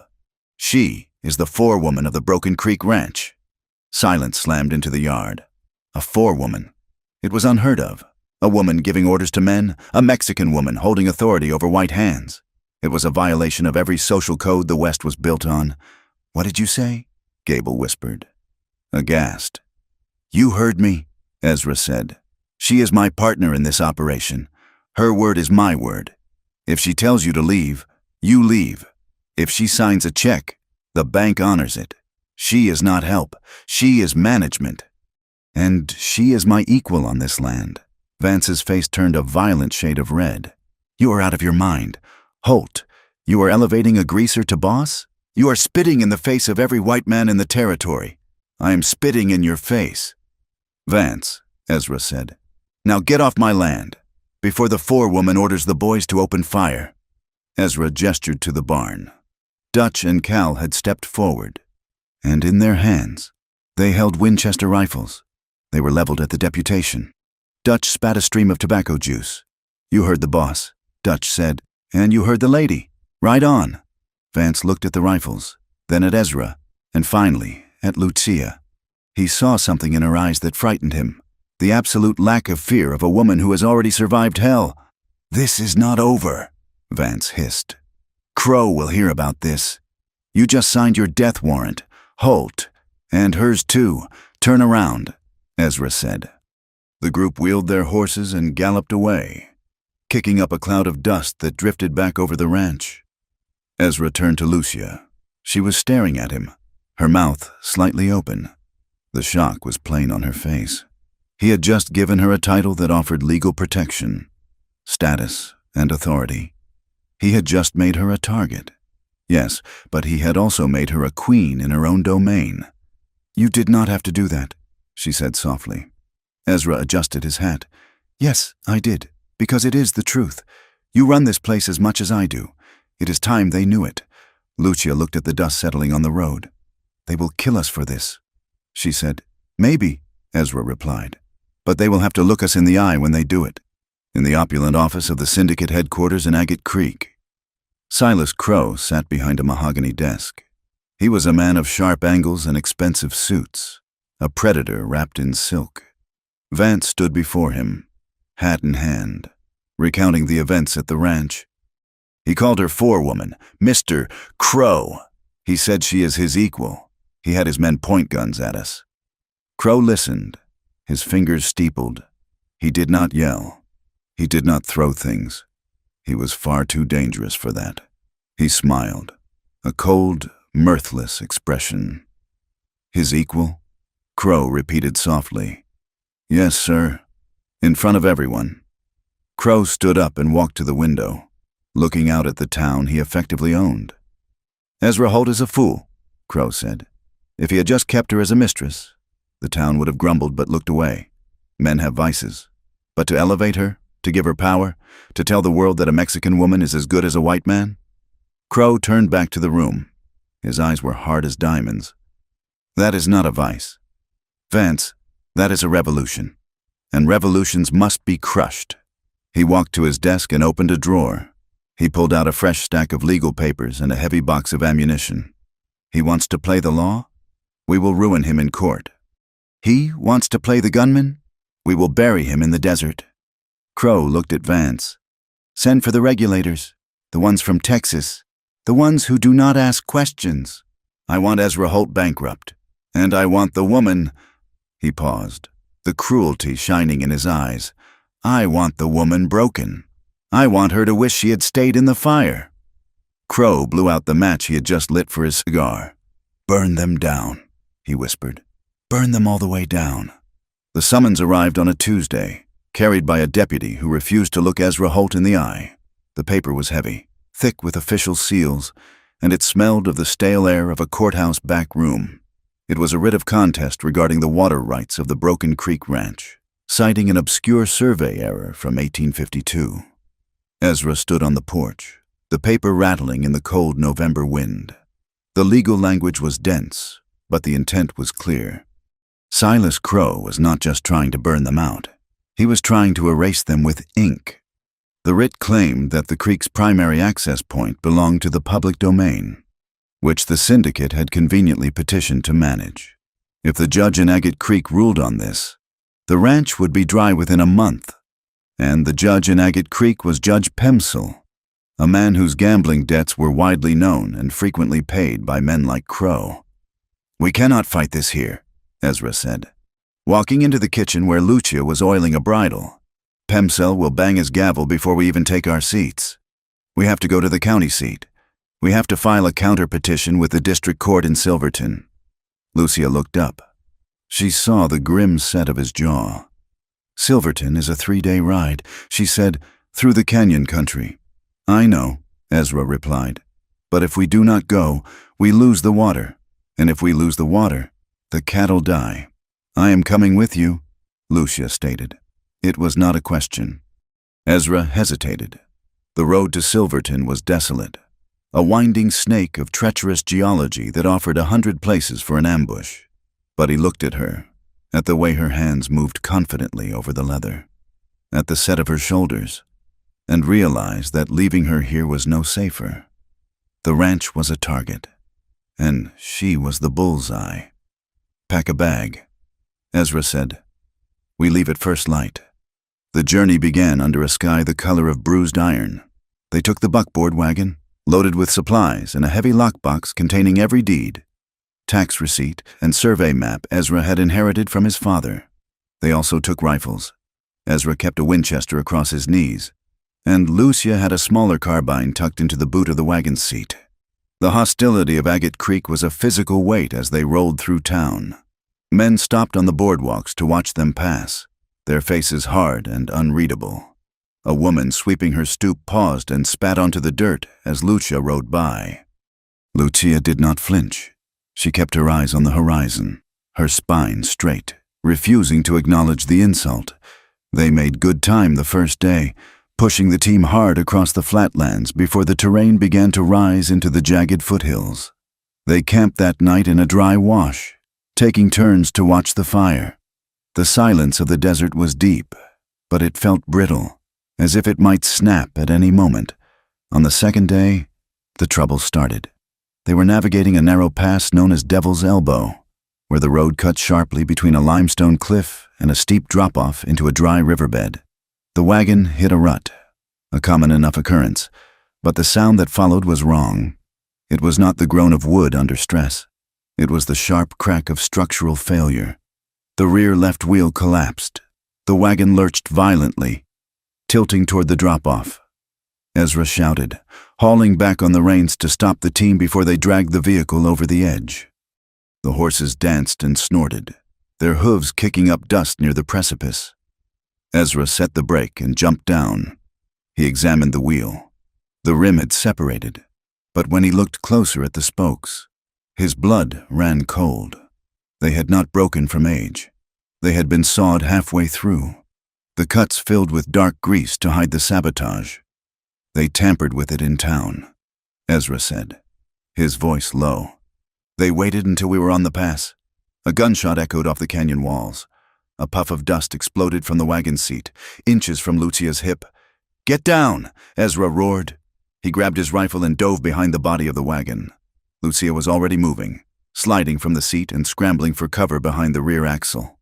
Another shot rang out, whining off the iron rim of the broken wheel. The shooter was high up, on the ridge line. "Do you see him?" Lucia asked, her voice tight but controlled. She had her carbine shouldered, scanning the rocks above.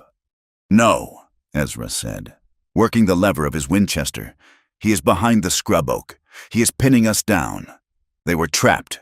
The wagon provided cover, but they were exposed on the open road with a drop-off on one side and a sniper on the other.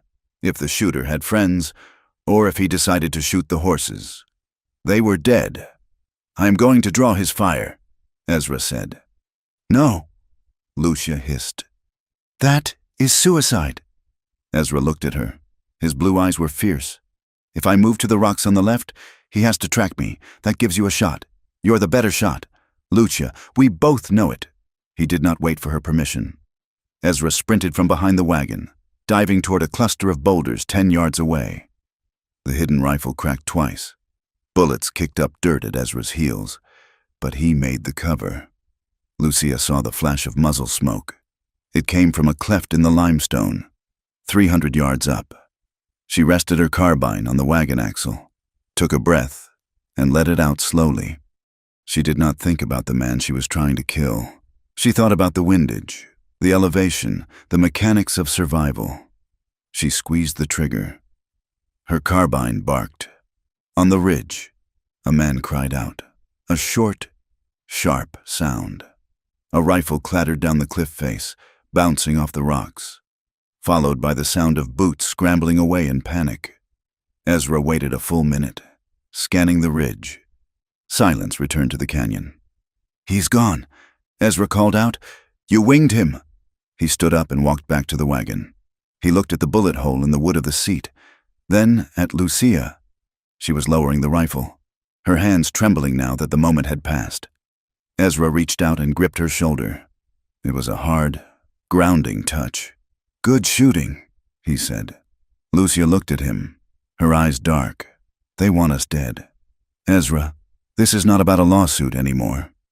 We fix the wheel, Ezra said, his voice grim, and we keep moving. I am not turning back. They repaired the wheel using a spare spoke and strips of rawhide. Working with frantic intensity, they drove on until the sun failed, pushing the exhausted team to reach the way station at Cross Creek before total darkness fell. The way station was a miserable structure of adobe and sod, clinging to the edge of the wilderness. The proprietor, a man with one eye and a suspicious nature, spat on the floor when they entered. One room left, he grunted. Take it or sleep with the mules. Ezra paid the man. He did not argue. The room was small, freezing, and contained a single narrow bed with a corn husk mattress. The wind howled through the cracks in the adobe.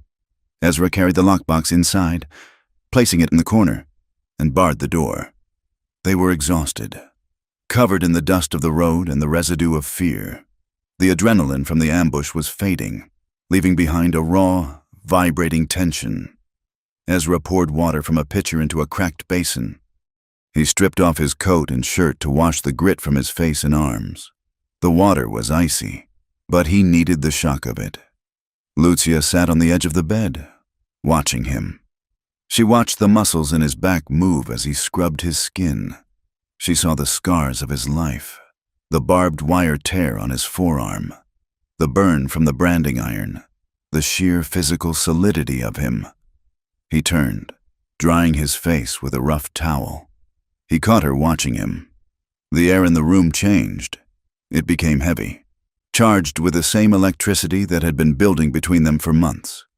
They were two people who had survived death that afternoon, and the proximity of the small room stripped away the polite fictions of employer and employee. Ezra tossed the towel aside. He walked toward her. He did not stop until he was standing just inches away. Lucia looked up at him. She did not retreat.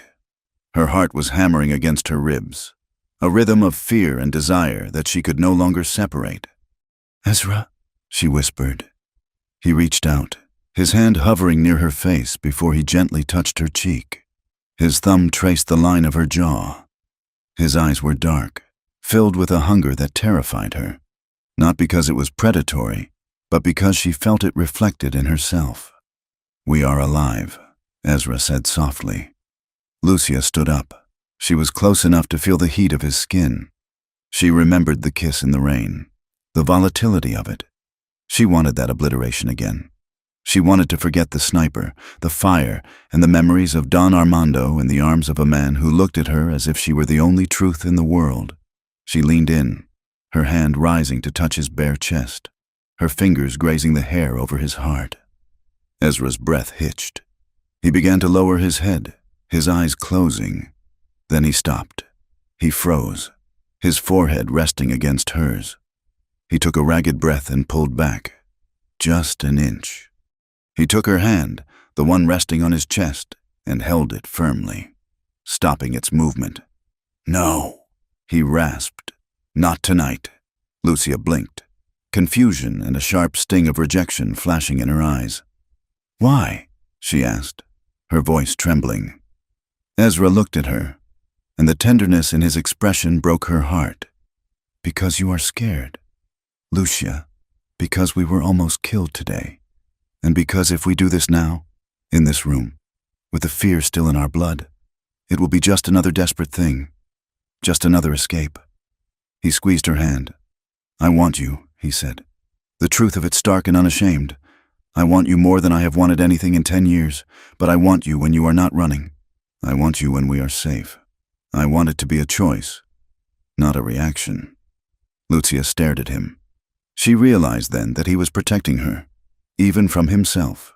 He was refusing to use her vulnerability, even when she was offering it to him.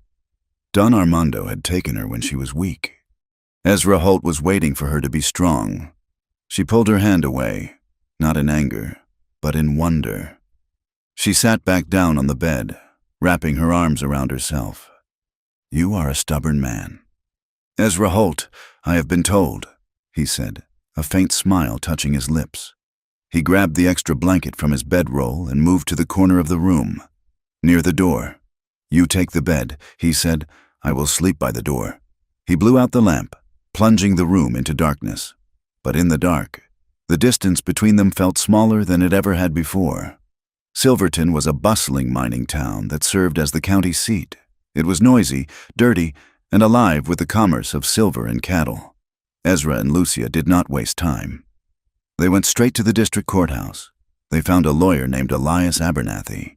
He operated out of a small office above a bakery, and his suit was threadbare, but his eyes were sharp and clear. He listened to Ezra lay out the situation, nodding as he reviewed the documents Ezra had brought. Crow is relying on the 1852 survey, Abernathy said, lighting a pipe. It was drawn up by a drunkard who was later indicted for fraud. I know the precedent, but proving it is the hard part. We need testimony. We have witnesses. Lucia said she was standing by the window, watching the street. Who? Abernathy asked. The families he has already broken, she said. The Millers, the Garcias, they are here in Silverton, living in the shanties near the mine. They sold because they were terrified. If they speak, if they go on record that they were coerced, it establishes a pattern. Abernathy looked at her, impressed. Testimony of coercion invalidates the contracts, he mused. And if the contracts are invalid, the syndicate's claim to the water rights, which relies on possessing the adjacent land, crumbles. Ezra spent the next 3 days hunting down ghosts. He and Lucia walked through the shanty towns, finding the ranchers who had disappeared from the valley. They found Tom Miller working as a swamper in a saloon, a broken man who wept when Ezra bought him a drink. They found the Garcia widow washing clothes for miners. At first, they were afraid to speak. Crow's reach was long, but Ezra listened to them. He did not promise them their land back. He was too honest for that, but he promised them a chance to strike back. He promised them that their names would be on the record, not as victims, but as people who stood up.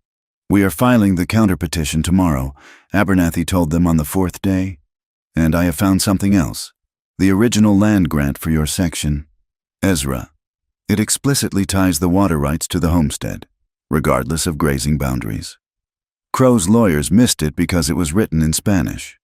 Lucia smiled. It was a cold, satisfied smile. They did not think to read the language of the people they were stealing from. We have a case, Abernathy said. A strong one. But filing it is just the bell for the first round. Crow will come at you with everything he has now. I am counting on it, Ezra said. The ride back to Agate Creek was tense, but the air felt different. They were not just surviving anymore. They were carrying a weapon. The legal papers Abernathy had filed were a shield, however fragile. They stopped at the edge of Agate Creek to water the horses before the final leg to the ranch. The town seemed quiet, but as they stood by the trough, a group of men emerged from the livery stable. Among them was a man Ezra recognized. It was Rollins, a drifter Ezra had hired 2 months ago to help with the fencing. Rollins had disappeared the day before the hay barn fire. Ezra stiffened, his hand drifting to his gun. Rollins walked toward them, flanked by 3 of Crow's regulators. He looked cleaner than he had on the ranch, wearing a new coat and a hat that cost a month's wages. Well, look who made it back, Rollins sneered. We heard you 2 ran off to get married, or just to share a blanket in the city. Ezra stepped forward, but Lucia put a hand on his arm. Let me, she said. She walked toward Rollins. She did not walk like a woman afraid. She walked like a forewoman inspecting a bad job. You look expensive. Rollins, Lucia said, her voice carrying clearly in the street. 30 pieces of silver buys a nice coat. Rollins flushed. Don't you talk to me, you Mexican whore. You think because you spread your legs for the boss you can give orders. You are nothing. Crow is going to crush this whole operation. And you will be back in a border brothel where you belong. A group of women had gathered outside the general store. They were the respectable wives of the town, the ones who usually looked through Lucia as if she were glass. They stopped to listen. Lucia stopped 3 feet from Rollins. I am the woman who saved the herd you were too drunk to watch, she said calmly. I am the woman who signs the ledgers. And I am the woman who is going to testify in a court of law that you were seen carrying kerosene the night the barn burned." Rollins blinked. "That is a lie, is it?" Lucia asked.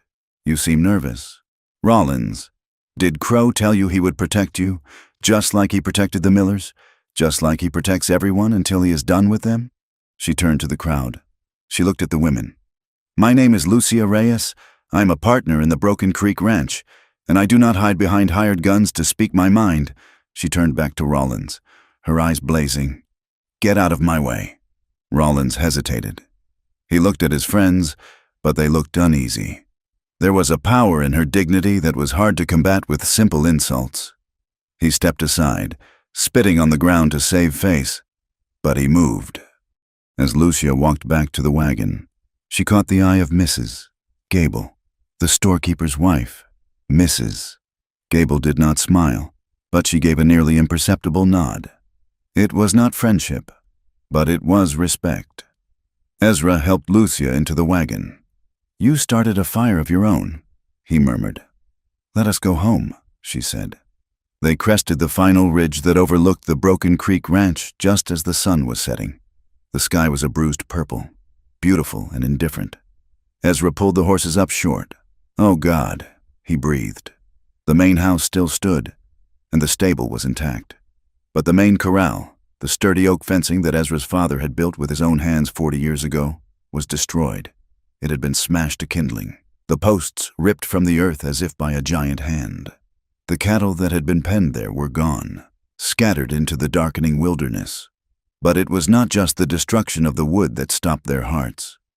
Nailed to the front door of the ranch house was a dead coyote, and carved into the wood of the door itself, deep and jagged, were words that gleamed white in the twilight. "The land or the woman? Choose." Ezra jumped from the wagon. He ran to the porch, ripping the carcass down and throwing it into the yard. He traced the letters carved into his home. Lucia stood behind him. She looked at the destruction, at the violence directed so specifically at her existence in this place. "He is not trying to scare us anymore," Lucia said, her voice hollow. Ezra turned to her. His face was a mask of cold, terrible resolve. "No, he is done playing." He looked at the scattered herd, at the smashed fences, and then at the legal papers in his pocket. The law would take months. Crow was coming tonight, or tomorrow. The war was no longer in the courts. Ezra walked to Lucia. He took her face in his hands. "I am not choosing," he said. "I already chose." He looked toward the bunkhouse where Dutch and Toby were running out, armed and shouting. "Get the rifles," Ezra called out to them, "and board up the windows." He looked at the darkening horizon where the dust of riders was already beginning to rise. "If they want a war," Ezra whispered, "let us give them one they will write songs about." Lucia reached into the wagon and pulled out her carbine. She worked the lever, chambering around. The metallic clack-clack was the only answer the night required. She stood beside him on the porch. "I am ready," she said. The December wind did not howl through the canyons of the New Mexico territory. It screamed. It stripped the heat from the stone and turned the sap in the mesquite trees to ice. At the Broken Creek Ranch, the cold was a siege weapon, testing every gap in the chinking of the log walls. Inside the main house, the air was thick with coffee smoke and the smell of gun oil. Ezra Holt stood by the fireplace, feeding splits of oak into the flames. He looked at the room. It was no longer a home. It was a command post. Dutch sat at the table, cleaning a Winchester with a rag that had seen better days. Toby was counting cartridges, stacking them like gold coins. Beside them sat Tom Miller, the rancher who had been burned out months ago, his hands trembling around a tin cup. And standing by the window, watching the dark road, was Lucia Reyes. She wore a heavy wool coat over her riding leathers, and her hair was braided tight against her skull. She looked like a soldier waiting for the bugle. Ezra walked to the center of the room. "We ride at dawn," Ezra said. His voice was low, gravel moving over bedrock. "The hearing is set for 9 o'clock. Abernathy says Judge Pemsel has tried to move the venue to the saloon back room to keep it quiet, but we are going to the town hall. We are going to make this public." Tom Miller looked up, his eyes watery with fear. Crow will have men on the road. Ezra, he will not let us get to the hearing. Then we go through them, Dutch said, snapping the lever of his rifle shut. Ezra looked at Miller. We need you. Tom, you are the only one who saw the kerosene cans in Rollins' saddlebags the night your place burned. If you do not speak, the law cannot touch Crow. Miller nodded, swallowing hard. I will speak. I am tired of running. Ezra turned to Lucia. The light from the lantern caught the sharp angle of her cheekbone. She had not spoken in an hour. You do not have to ride in the front, Ezra said softly, crossing the room to stand beside her. You can ride in the wagon with Miller. It will be safer. Lucia turned from the window. Her eyes were dry and fierce. I am not riding in the wagon, she said. I am riding my horse, and I am riding next to you. Ezra started to protest, to offer the protection that was his instinct. But he stopped. He remembered the promise he had made. A partnership. If we do this, Ezra said, we do it all the way. They will try to tear you apart in that room. Lucia, they will say things that no woman should have to hear. Let them talk, Lucia replied. I have survived fire and whips. Ezra, I can survive words. The dawn broke gray and bitter. The landscape was a frozen ocean of sagebrush and rock, stretching out to the purple bruise of the mountains. They rode out in a tight formation. Ezra and Lucia took the lead, followed by the wagon carrying Miller and Abernathy, with Dutch and Toby riding rear guard. The road to Agate Creek was a gauntlet. Every ridge seemed to hold a shadow, every cluster of boulders a potential ambush. They rode with rifles across their saddles, their breath puffing in white clouds. 3 miles from town, they found the blockade. A wagon had been turned sideways across the road. 4 men sat on it, rifles resting casually on their knees.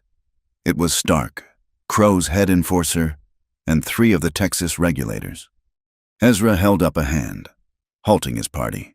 He rode forward alone, stopping 10 yards from the barricade. Move the wagon. Stark, Ezra said. Stark spat a stream of tobacco juice onto the frozen mud. Road is closed. Halt. Washout up ahead. You will have to go back. There is no washout, Ezra said. Stark smiled, touching the brim of his hat. Official business. Sheriff's orders. Ezra heard the click of hammers cocking behind him. Dutch and Toby were ready, but a gunfight here would mean they never made it to the hearing. It would be called a roadside skirmish, and Crow would win by default. Then Lucia rode forward.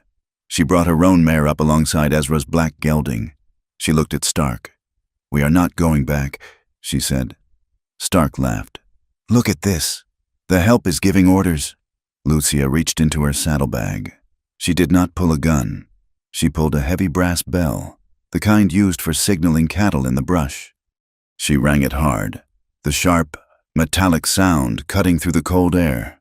On the ridge above the road, movement flickered. 3 men stood up from the rocks. They were not Crow's men. They were prospectors, rough men from the high country who had traded horses with Lucia and respected her fair dealing. They held shotguns. We are not alone, Lucia said calmly. Stark looked up at the ridge, then back at the grim faces of Dutch and Toby. He calculated the odds.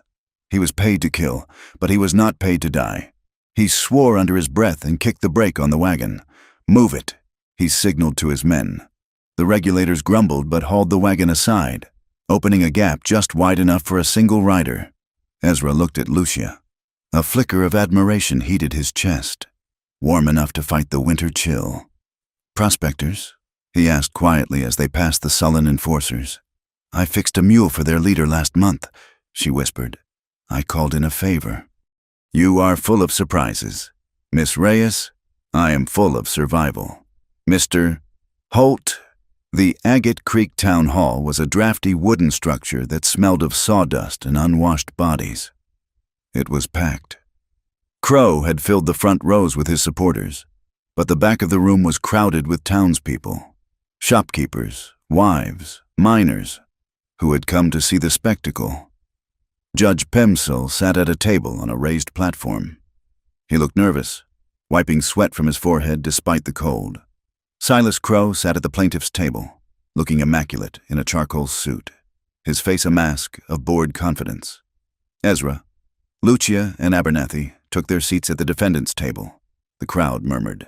The sight of a Mexican woman sitting at the legal table, not in the back, was a scandal in itself. Pemsel banged a gavel that sounded like a pistol shot. "Order," he squeaked. "This hearing regarding the petition of water rights for the Broken Creek Tract is in session." Crow's lawyer, a slick man from Santa Fe, stood up. He spoke for 20 minutes, weaving a tapestry of legal jargon. He claimed the survey lines were invalid, that Ezra was squatting on syndicate land, and that the ranch was being mismanaged to the detriment of the local economy. Then it was Abernathy's turn. "We contest the claim," Abernathy said, his voice ringing clear. "And we bring evidence of criminal coercion intended to force the sale of the land." Pemsel frowned. "This is a land hearing, counselor, not a criminal trial. It is relevant." "Judge." Ezra stood up, ignoring Abernathy's hand on his arm. "The syndicate has burned barns, poisoned wells, and threatened lives to clear the title on this valley." Ezra motioned to the back. "I call Tom Miller." Miller walked forward. He looked small in the large room, but he sat in the chair and swore on the Bible. Under Abernathy's questioning, he told the story of the night his ranch burned. He named Rollins. He named the men he saw riding away. He told the room that Crow had offered him $50 for his deed the morning after the fire. The room was silent. Crow did not move, but his eyes narrowed. Then Crow's lawyer stood up. "Mr. Miller, you are a known drunkard, are you not? You owe money to half the businesses in this town. Is it not true that Mr. Holt paid you to come here today?" He helped me with food," Miller stammered. "But I am telling the truth." The lawyer smiled cruelly. No further questions. The hearing dragged on. A brutal tug of war. Ezra presented the original Spanish deed, which Abernathy read aloud, proving the water rights were tied to the homestead. The judge looked uncomfortable. The law was on Ezra's side, but the power was on Crow's. Finally, Crow himself stood up. He did not address the judge. He turned to the crowd.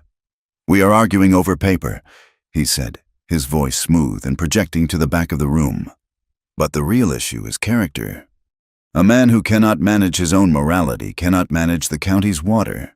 He pointed a finger at Ezra. "Ezra Holt stands here and talks about justice, yet he lives in open sin with a woman of low character, a woman who has no standing in this territory, a woman who—" Ezra slammed his fist on the table. The sound cracked like thunder. "Careful. Silas." Crow smiled. He turned his eyes to Lucia. "Tell us, Miss Reyes, or do you prefer a different name? We looked into your history. You came from the border. You lived in the house of Don Armando. We know what kind of women lived in that house. You were his property. And now you are Mr. Holt's property. You are a tool used to manipulate a lonely man. You are the rot in this ranch." The crowd buzzed. The insults were vile, designed to strip Lucia of her humanity, to reduce her to a stereotype that the town could easily discard. Ezra started to lunge forward, his face dark with rage. He was ready to kill Crow with his bare hands. Law be damned. Lucia put a hand on his chest. It was firm. She pushed him back into his chair. "No," she said. She stood up. She was small compared to the men in the room, but in that moment, she seemed to fill the space. She wore her work clothes, clean and pressed. She did not look at the judge. She looked at the women in the back of the room. She looked at the shopkeepers. Finally, she looked at Silas Crow. "I was in Don Armando's house," she said. Her voice was not loud, but it was steady, carrying a resonance that silenced the whispers. "I was 18. He killed my father to take our land. Does that sound familiar, Mr. Crow?" She took a step forward. "He held me prisoner. He whipped me when I tried to run. I have the scars on my back to prove it." She reached up and unbuttoned the top button of her heavy coat, pulling the collar aside just enough to show the jagged, ugly white lines that ran up her neck. The room gasped.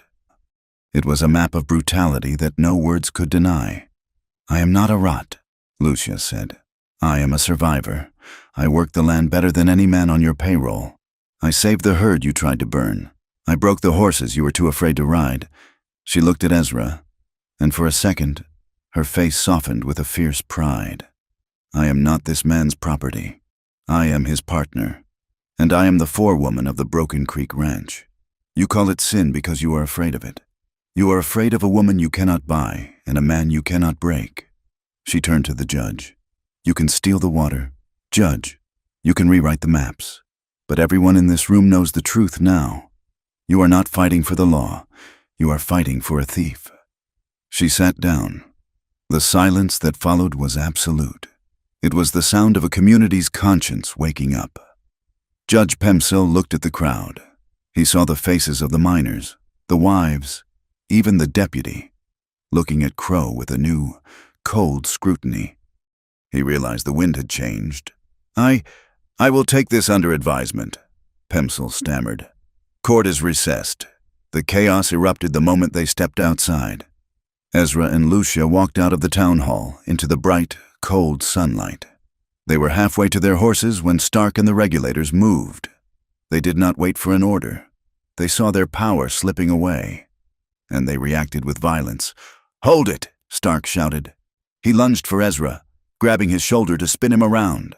At the same time, another man reached for Lucia, trying to drag her toward the alley. Ezra reacted on instinct.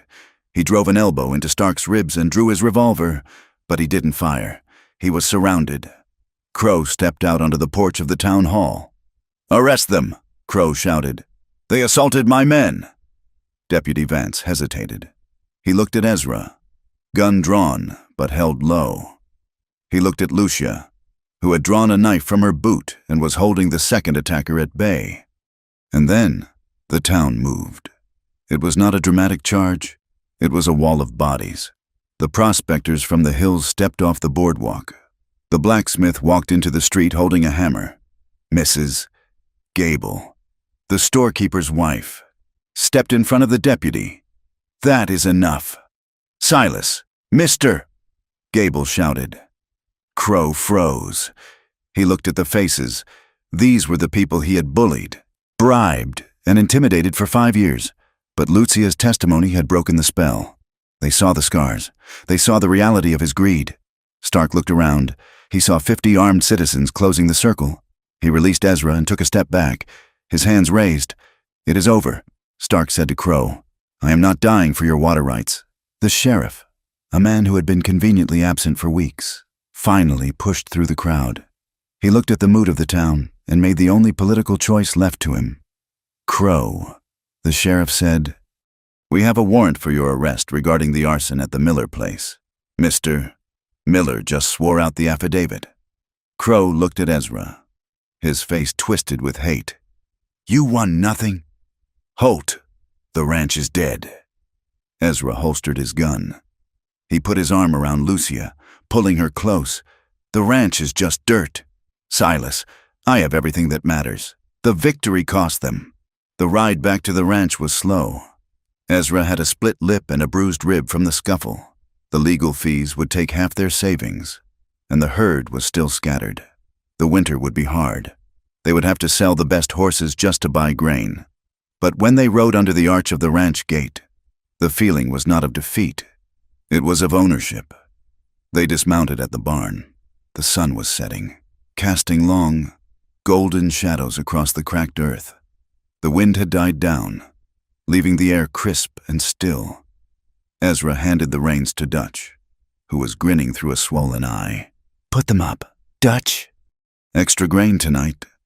Ezra walked to the porch, but he did not go inside. He stopped and leaned against the railing, looking out at the mesa. Lucia joined him. She stood close, her shoulder brushing his. They stood in silence for a long time, watching the first stars appear.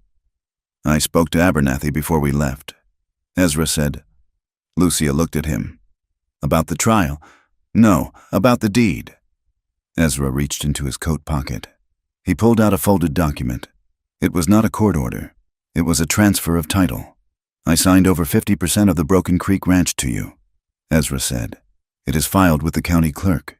It is legal and binding." Lucia stared at the paper. She did not take it immediately. "Ezra, you said you would never let a man hold the deed to your life again," Ezra said, his voice thick with emotion. "I meant what I said in that courtroom. You are my partner. If we starve this winter, we starve together.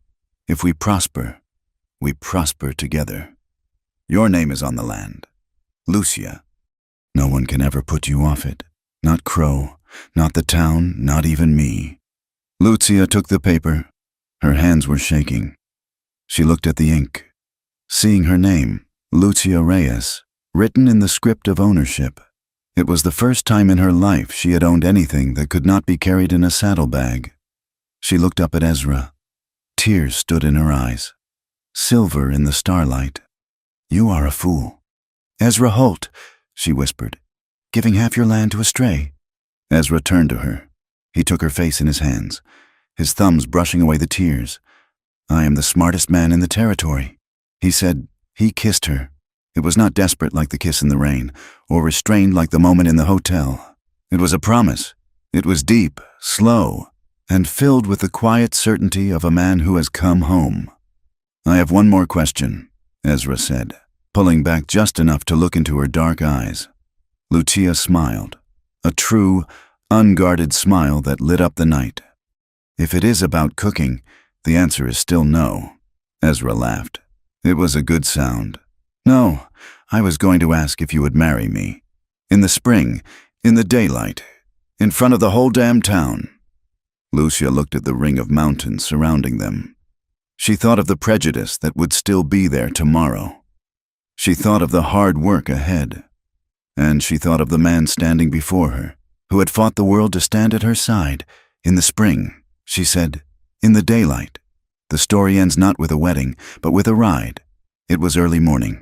2 days later, the sun was just crowning the eastern peaks, painting the desert in hues of apricot and violet.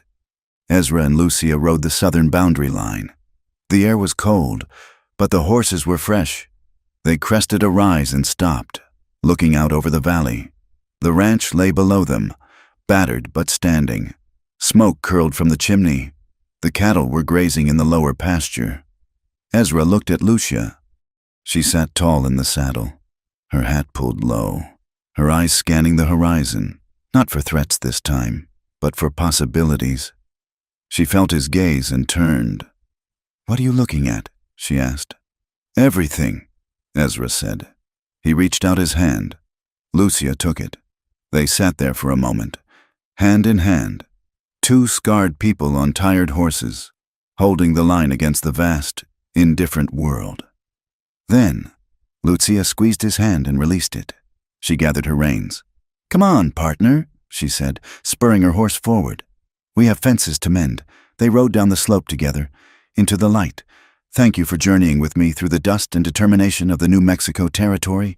Ezra and Lucia's story is one of grit, dignity, and the kind of love that isn't just felt, but fought for. I would love to hear your thoughts on their journey. Please leave a comment letting me know where in the world you are listening from. It is always fascinating to see how far these stories travel. If you enjoyed this tale, please consider subscribing to From Wild West for more stories of the frontier. Until the next time, keep your powder dry and your eyes on the horizon.